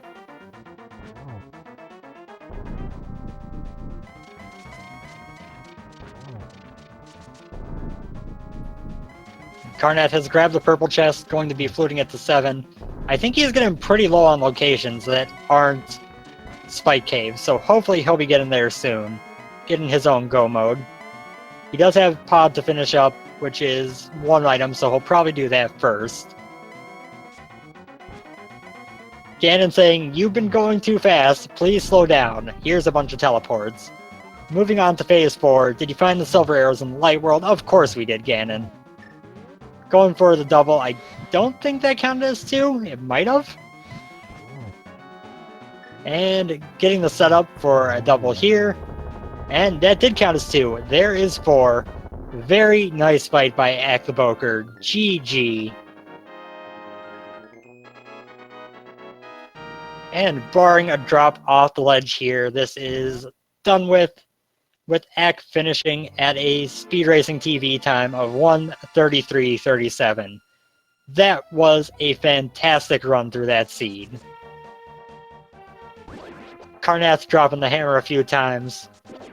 Probably saw that Ack just finished, and a little bit of frustration at the defeat there. For both of these guys, for those of you who don't know the numbers game of this tournament, being 5-2 guarantees you into the brackets. Being anything below that, 4-3 or below, you can maybe get in depending on drops with 4-3 and a tiebreaker number. But as a whole, having more than 2 losses is pretty much the end of your chance of making the brackets.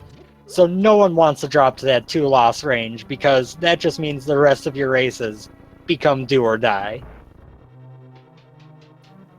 And it looks like I am joined by Acktheboker. Welcome. Good game. Thanks, man. GG. That was a fantastic run to watch, and I want to say you are a madman for gambling on Spike Cave before going to Swamp. I mean, I don't know. I didn't want a full clear swamp. Yeah, I don't blame you, and it worked out real well for you. Carnath actually ended up diving into Swamp and full clearing it, so we saw the other side of that coin on his end. Oh, yeah. Yeah, that was a rough one with the hammer placement, and to be honest, when I found the hammer, I was like, alright, Carnathfd is going to be in the Thieves Town big chest, which is going to be the last place I look, so I figured it didn't matter what order I checked things in, but I got lucky with the Spike Cave one there. Yeah, that was kind of the concern that I think everyone had, was that both of you wanted Thieves Town early and just, oh, it might be in there now. So what were your thoughts on that seed, though? I mean, logically it was Aghanim required. You had Pendant Turtle Rock you didn't have to go into. There were a lot of things to think about on that one.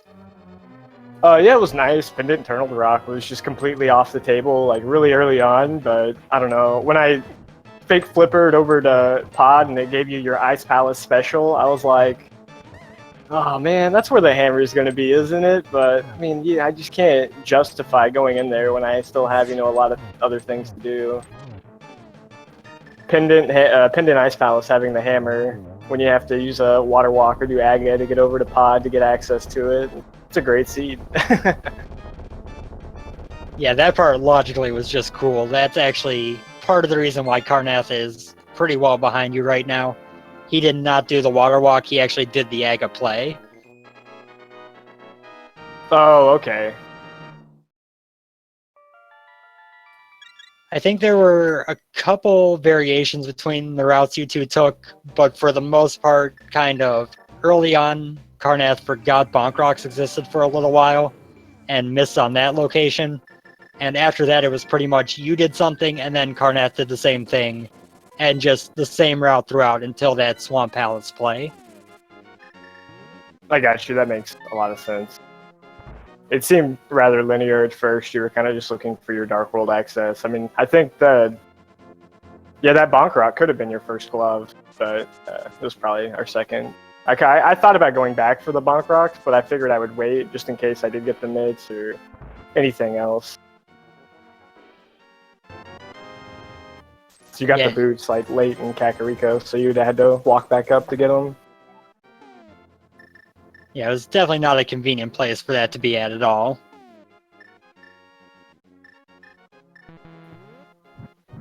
So now you do kind of avoid the difficulty of ending up at that level of 2 losses where everything becomes kind of do or die. How does that feel? I don't know. I'm this is all just a for fun tournament. I don't know. I haven't made it to the bracket stage in any tournament because I always get knocked out in some tiebreaker before that. But I don't know. I thought maybe if I got eliminated early, like I could actually not be in a Link to the Past tournament for like maybe a week or 2 weeks, and I could have some time to myself. It seemed nice. So I was like, you know what? Being eliminated, that wouldn't be that big of a deal. I can kind of get where you're coming from. I think there has been an ongoing tournament the entirety of the past I think 8 months now. I've been in like some standing of a tournament for like the last year now. It's crazy. Feels like I just started this game yesterday too. It's too addictive. It is, and none of the seeds are quite as crazy as the whole cross-world entrance key sanity, but well, that makes it a little bit, right? Maybe would make for some interesting, 5-hour races sometimes. Yeah, it's the best kind of race. The one that never ends.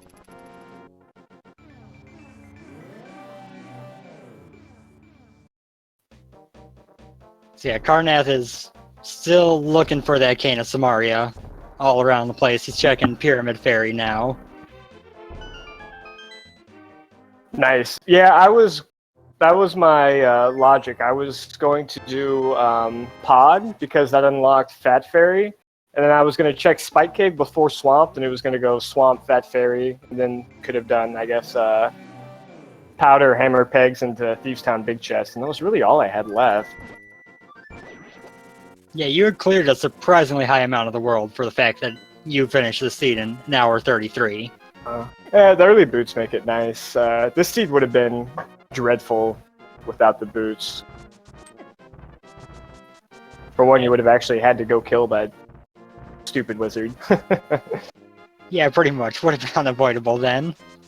I do apologize if you watch this back for me rooting for Hammer to be in purple chest, as both of you chose to sequence break or do Aghanim before checking that. Oh, yeah, I mean, I was going to do Thieves Town into purple chest if I didn't get anything, but I got just enough where I was like, man, I would rather just go skip over and do Catfish and Pod opposed to, you know, saving quitting to do a purple chest when it didn't really give me enough, so... Yeah, I definitely don't blame you. I just wanted the seed to be evil and to make you both feel like you were way behind when that purple chest dropped the hammer. Yeah, Agina would have been even better. I would have been sweating bullets at that point, I think.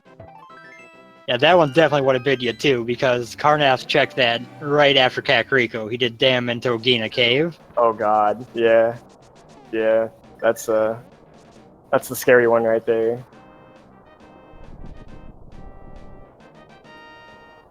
Okay, I gotta give you shoutouts for that menu time. That was very close to sub 3. Or sub 2, that's what I'm looking for. Yeah, that's what happens when you get like a late mirror and stuff. My menuing wasn't that good, so it was more of the items. So, but I'll take credit for it, I suppose. I know the feeling, but it's very hard to manage the menu consistently enough to keep it that low. Yeah, it was a little awkward too at some points.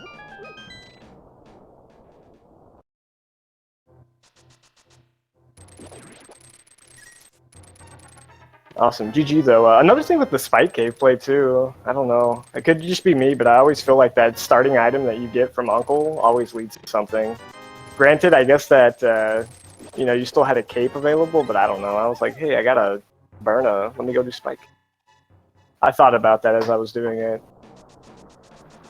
See, I tend to agree with that, except when it comes to Burna, I feel like I have never gotten anything out of Spike Cave when I've got a Burna start. Oh. Yeah, it's probably all random, but, you know, we're all superstitious rando players, so... Yeah, and from a fill setup, knowing that that's going to be your first item, it's a lot easier for the game to put something there since it knows you're going to have access to it immediately. Right. Yeah, that's true. Carnath is now making that Spike Cave play, so he's just going to have to wrap up Vitreous over in Mire. He also dove that immediately early on. Nice. It seemed like a reasonable play to do. I mean, you still have to find the big key. The only, like, you know, downside to it is just you get a super, super early big key and your opponent can go moted, but it still seemed way too early at that point, and then, you know, be kind of expecting a mirror or hammer to pop out in Mire. But... no. Obviously, that sequencing was, you know, Aga the Pod. It's a Pendant Ice Palace. I should have known. Yeah, logically speaking, that seed was just all kinds of mean. The way you played through it, it wasn't too evil. It was kind of friendly. Yeah, the boots made all the difference there. Allowing those sequence breaks without those, I'm probably still playing it. We had a lot of confusion in chat over that Boots Water Walk because you see that used to sequence break Aga so rarely. Oh, yeah. I don't know, it should be utilized a little bit more often, I think, but it's just, it's a weird thing to do because you just kind of isolate yourself on the opposite side of the world, and, you know, if you're leaving any other items behind, then it's going to be rip your race, so...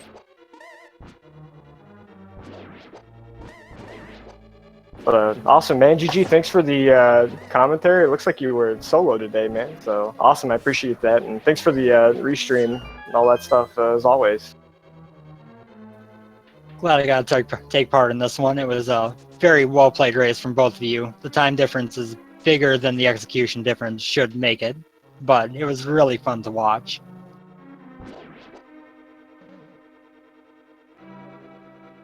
Awesome, man. Well, hang on. Maybe I'm gonna head on out here, take a nap or something. This was also a little early for me.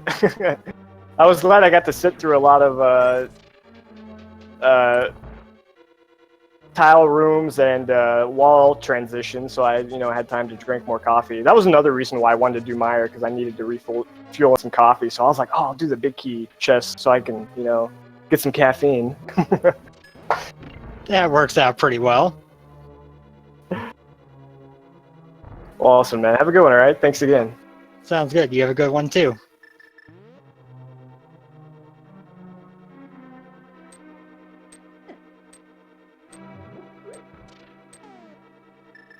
So with that and another drink of, a little bit of drink of beverage, so I could go ahead and keep talking here, we're going to go back to focusing on Carnath. Going through Meyer now, going to be wiping out Vitreous very quickly with those silver arrows. Accidentally forgot that he did not go through most of the dungeon the first time through. Hit that switch, which just blocked him by turning it blue. That is one mistake that I don't think anyone will ever stop making occasionally. Because usually when you're in Meyer, you flip the switch at least once, and you very easily forget, wait, I just walked straight to the boss here.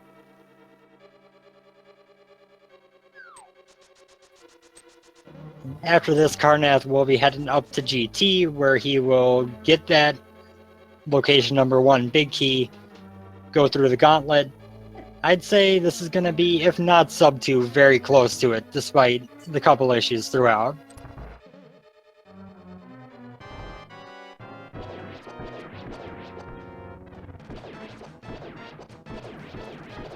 Missed one silver arrow there, but very, very quick to take out the eyes.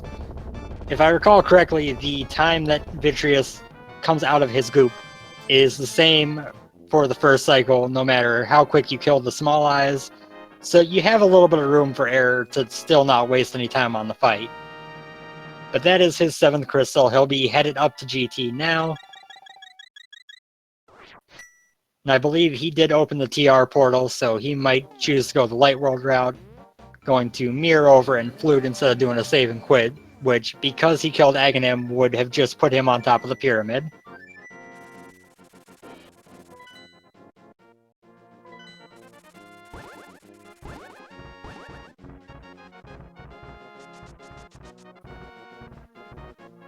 So, as we head up here, there's going to be a big key somewhere in the basement of GT. 1 through 22. I bet you can't guess where it's at. Carnath getting a little bit of dead rock blockage there, but getting him out of the way, moving onward. I'm sure at this point he is well aware that Ack has finished and is kind of a little bit mentally removed from the race. So in a way, that dead rock block is kind of nice. You just get to sit there and be like, okay, whatever, just wait it out. Doesn't hurt. He does choose to take the Dark World route over, kind of trying to do a hybrid route there. And we'll see how his gauntlet goes. As I kind of mentioned while talking to Ack there, execution-wise, Carnath has been quite good throughout this whole run. Really, the main difference between the two came from a couple of routing things that added up greatly. But I expect his GT is going to go pretty well based on what we've seen from the rest of the seed.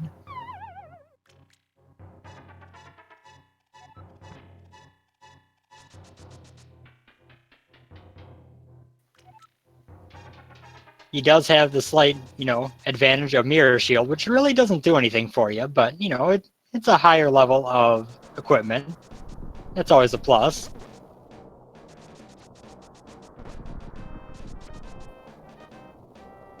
And here we go. Opening Ganon's tower, waiting for these crystals to spin around in the air and somehow make a staircase appear out of a pillar.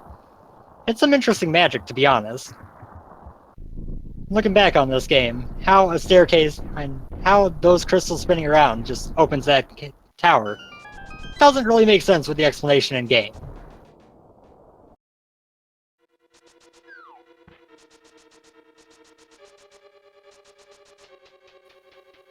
Thankfully for Carnath, he did not end up deciding to take the left side first play, which you occasionally see runners take. For him, the big key is in chest number 2.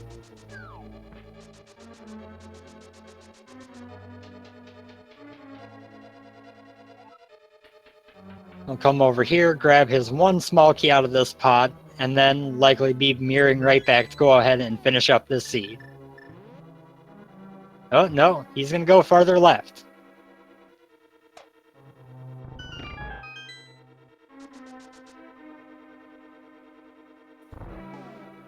What are you looking for over here, Carnath?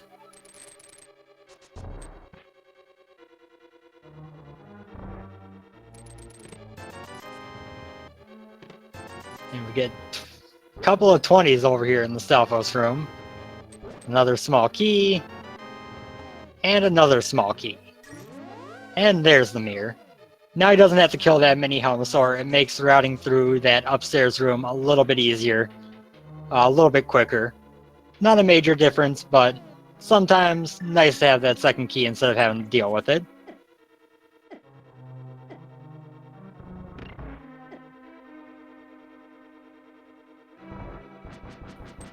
We are up to Mimics 1. Carnath just swiping his sword to get him to move. With the mirror shield, he doesn't actually have to worry about how he goes about doing that. As long as he lines up with them, his shield is going to block their shots, and he can just hit them with the arrows. That is the one benefit in GT of the mirror shield over the others.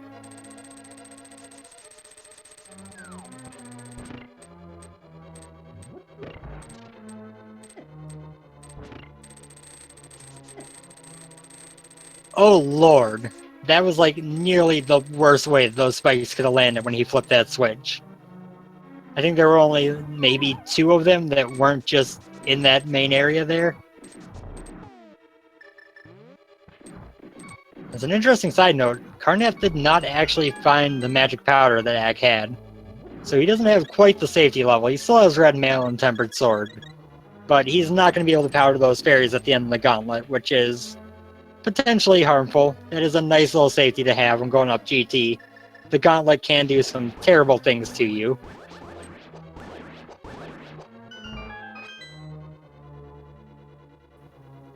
Of course, having sword beams is also kind of a negative at this point, because sword beams don't kill most of the stuff in one hit, whereas tempered sword slashes kill everything in one hit. So sometimes it actually makes your life harder having full health and sword beams. I think most of us, when we were, younger and played this game, for a while we thought sword beams were great. They let you attack from a distance, they were really convenient to use, and then you get more experience with the game, or you understand it a little bit better, and you're like, wait a second, these are awful. Why would I ever want these? So pretty clean gauntlet after that first room. Had a little bit of trouble the first one, the other rooms went smooth. Using Fire Rod strats on Lamolus here. Very well done. Very nice one cycle. And we are headed up to the Wizard rooms, the rooms that the Cane of Samaria was designed around, or were designed around the Cane of Samaria. Samaria is a weird item that has a lot of fringe uses that don't really come up in the main game, or do, and you wonder if they just started adding things to the item because they're like, hey, I have this idea, let's do this.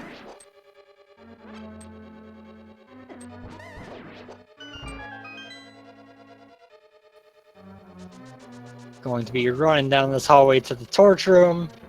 As mentioned before, if you walk up the stairs at a very poor timing after lighting these torches, you do despawn all the sprites upstairs in G Tower. You have to mirror and go through all of the gauntlet again. But most any runner in this tournament is usually aware of that as a risk and end up going for either a delay or a delay if they think they're going to be tight on time, or they'll use the time to go get this magic jar and ensure they don't run into the issue.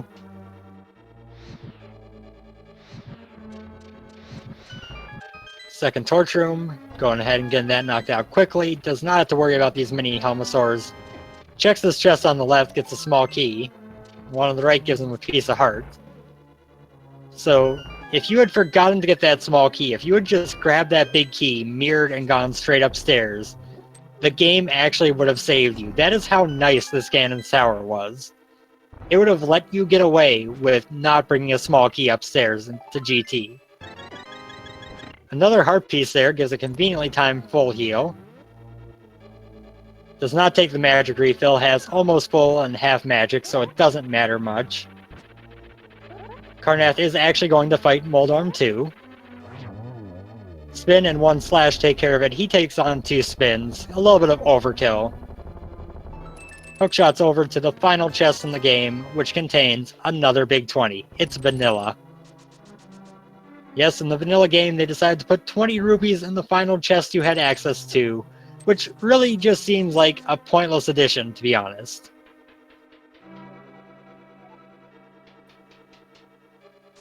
I feel like they could have put something a little bit more interesting at least. Obviously, you can't put any important items there, but they could put something a little bit more interesting there. At least give me a 50 to round out the game. Only gets 1 hit on that phase 1 there. Phase 2 is the dream setup for a triple. And he gets it perfectly, so that is 4 hits so far. Needs 2 more to complete this. Oh, those hit too close together, so they only counted as 1 despite both hitting them. There's the final hit. Aghanim 2 is down. Carnath will be moving on to Ganon himself.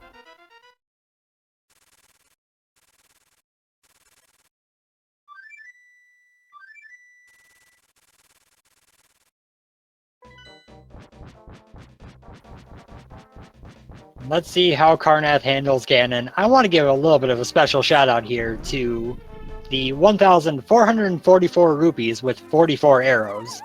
You know, if he had 6 more bombs, that would be lovely.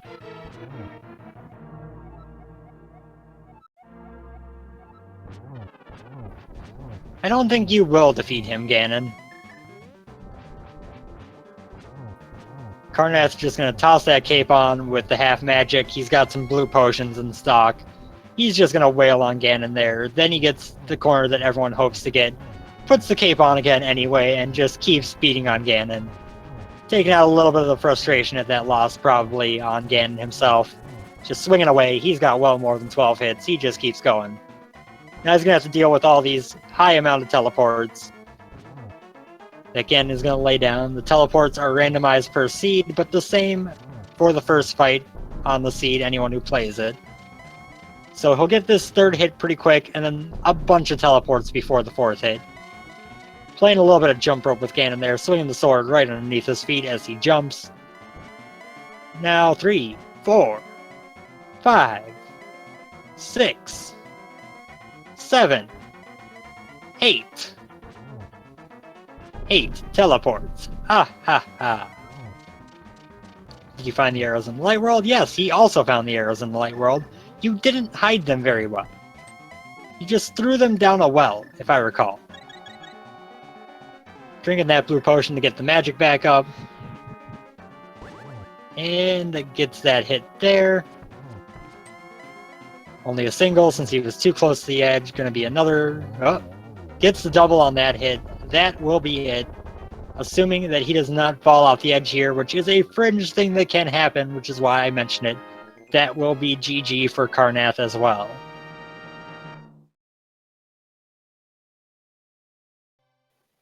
And entering through the door there, Carnath has finished with an official SRTV time of 1:58.29. GG to him as well.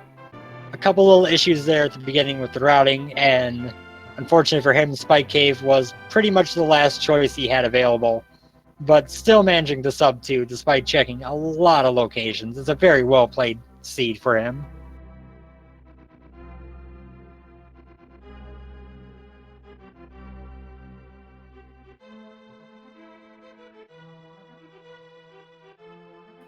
Morning, everybody. How's it going? Welcome, Carnath. Thank you. What a disgusting seed. Yeah, it got a little bit easier for it. He sequence broke Aghanim, so that made his life a lot easier. I attempted to do that, and apparently I need to practice my dark rooms in the tower. Oh, not that kind of sequence broke. He did a Boots water walk over to the east side of Dark World, and just completely skipped ever doing Aghanim. Oh, well, that works. Yeah, it was a nice little bonus for him. So other than it being disgusting, what were your thoughts on that one? Anything stand out for you? Well, when I saw him done in an hour and a half, my first thought was, how? um, I was so happy to see the flippers in pod, and I was hoping that he hadn't done egg them, but I never even thought of water rock glitch. Yeah, that was kind of it's a rarely seen one that he made use of. He also gained some time. In his words, he expected that the cane would be in the Thieves' Town Big Chest, which would be the last place he checked. So he went to Spike Cave before Swamp Palace. Yeah, I was trying to go mode everything, even though I didn't have a lot of items, and I think I double dipped almost every dungeon except like 2. Yeah, I don't think that was a very different thing in most cases. I kind of told Ack the same thing, but other than the early little mishap you had with the bonk rocks and then the Aghanim play, pretty much consistently you two were just following each other right down the same locations in order. That Swamp play was really the first major difference. I contemplated going there first, and then of course didn't have the hammer, so I didn't have that access. I'm like, well, petted dungeons are always required, so let's go check ice, and kind of glad I did. Yeah, that logic was really just mean. Flippers and Fire Rod in pod to Hammer in Pendant Ice Palace. I won't lie, there was a couple times where I kind of lost where the logic was telling us to go. Well, of course, did do ice because of the logic string, but yeah, no, I didn't like that at all. My big hope was that the purple chest was going to have Hammer, as you both skipped it, and if that had had Hammer, you both would have felt way behind when you eventually checked it. At that point, being purple chest with everything left, I was hoping it had red cane, but well, being up in Spike Cave, of course, last place I checked. Yep, still managed to sub 2 though, which, for the fact that I'm gonna guess your your collection rate is pretty high, is a pretty solid time for that. Your execution was pretty on point throughout that race. There were times it didn't feel like it, especially missing the bonk rocks. Couldn't believe I forgot that. Yeah, I was kind of feeling bad for you there, because Bonk Rocks is one of those things where you usually check it as soon as you get boots, so when you don't, it just leaves your mind entirely.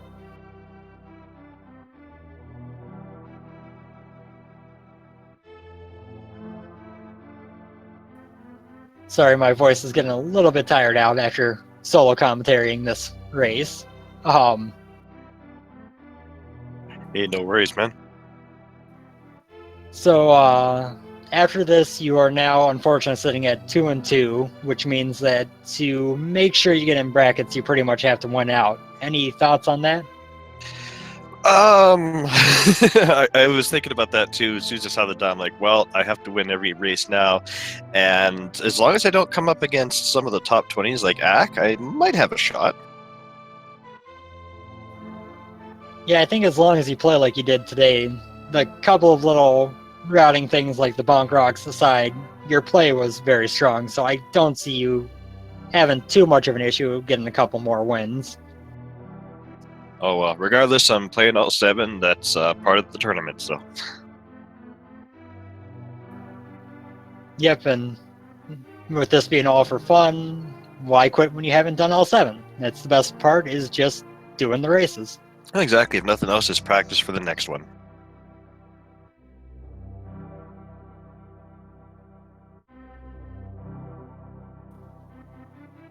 So, got any other general thoughts, anything like that? Any questions about how the seed went beyond your own view? Did he ever find Buttersword? Nope, that's one thing both of you were lacking, so I guess it was probably Deep GT or TR? Yeah, I did pop a couple extra chests in GT, because as soon as I saw the big key, I'm like, well, he's going straight there, so I'll give the commentators something to enjoy. Sounds fair. It confused me for a little bit, and I'm like, oh, probably looking for a sword, but found 3 small keys on the way, so just going up now. And I'll be totally honest, I couldn't remember if he needed 1 or 2 small keys to climb the tower, so I decided to check for an extra one just in case. That makes sense. And then turns out the seed kind of bailed you out if you forgot to grab a small key with one in one of those mini Helmasaur chests.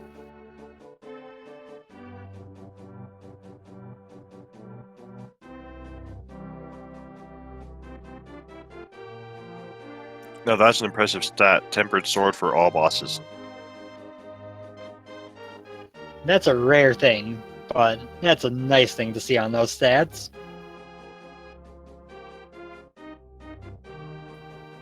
I'm definitely curious to see your collection rate before we wrap this up. I figured it would have been higher. Figure it can't be too high with T-Rock being completely off the table and most of GT skip, but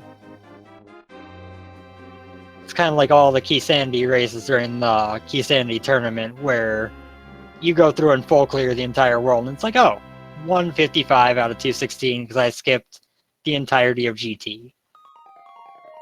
Yeah, and full clearing most of those dungeons, but oh well, best. I guess I'll have to go for the next one.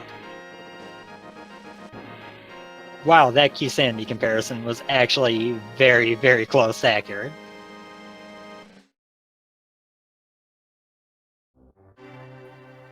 But yeah, before we go ahead and wrap this up, any final thoughts? I hate Agna. I don't blame you. I think we all do. I will say the one thing with the Agna fight, he was actually pretty generous. Only 1 blue ball until his death. Yeah, that was nice. I usually bet on 15 just so I want to see that happen. With the fact that Ack had sequence broken that, I was just hoping for 0, so it cost you as little time as possible. You bet.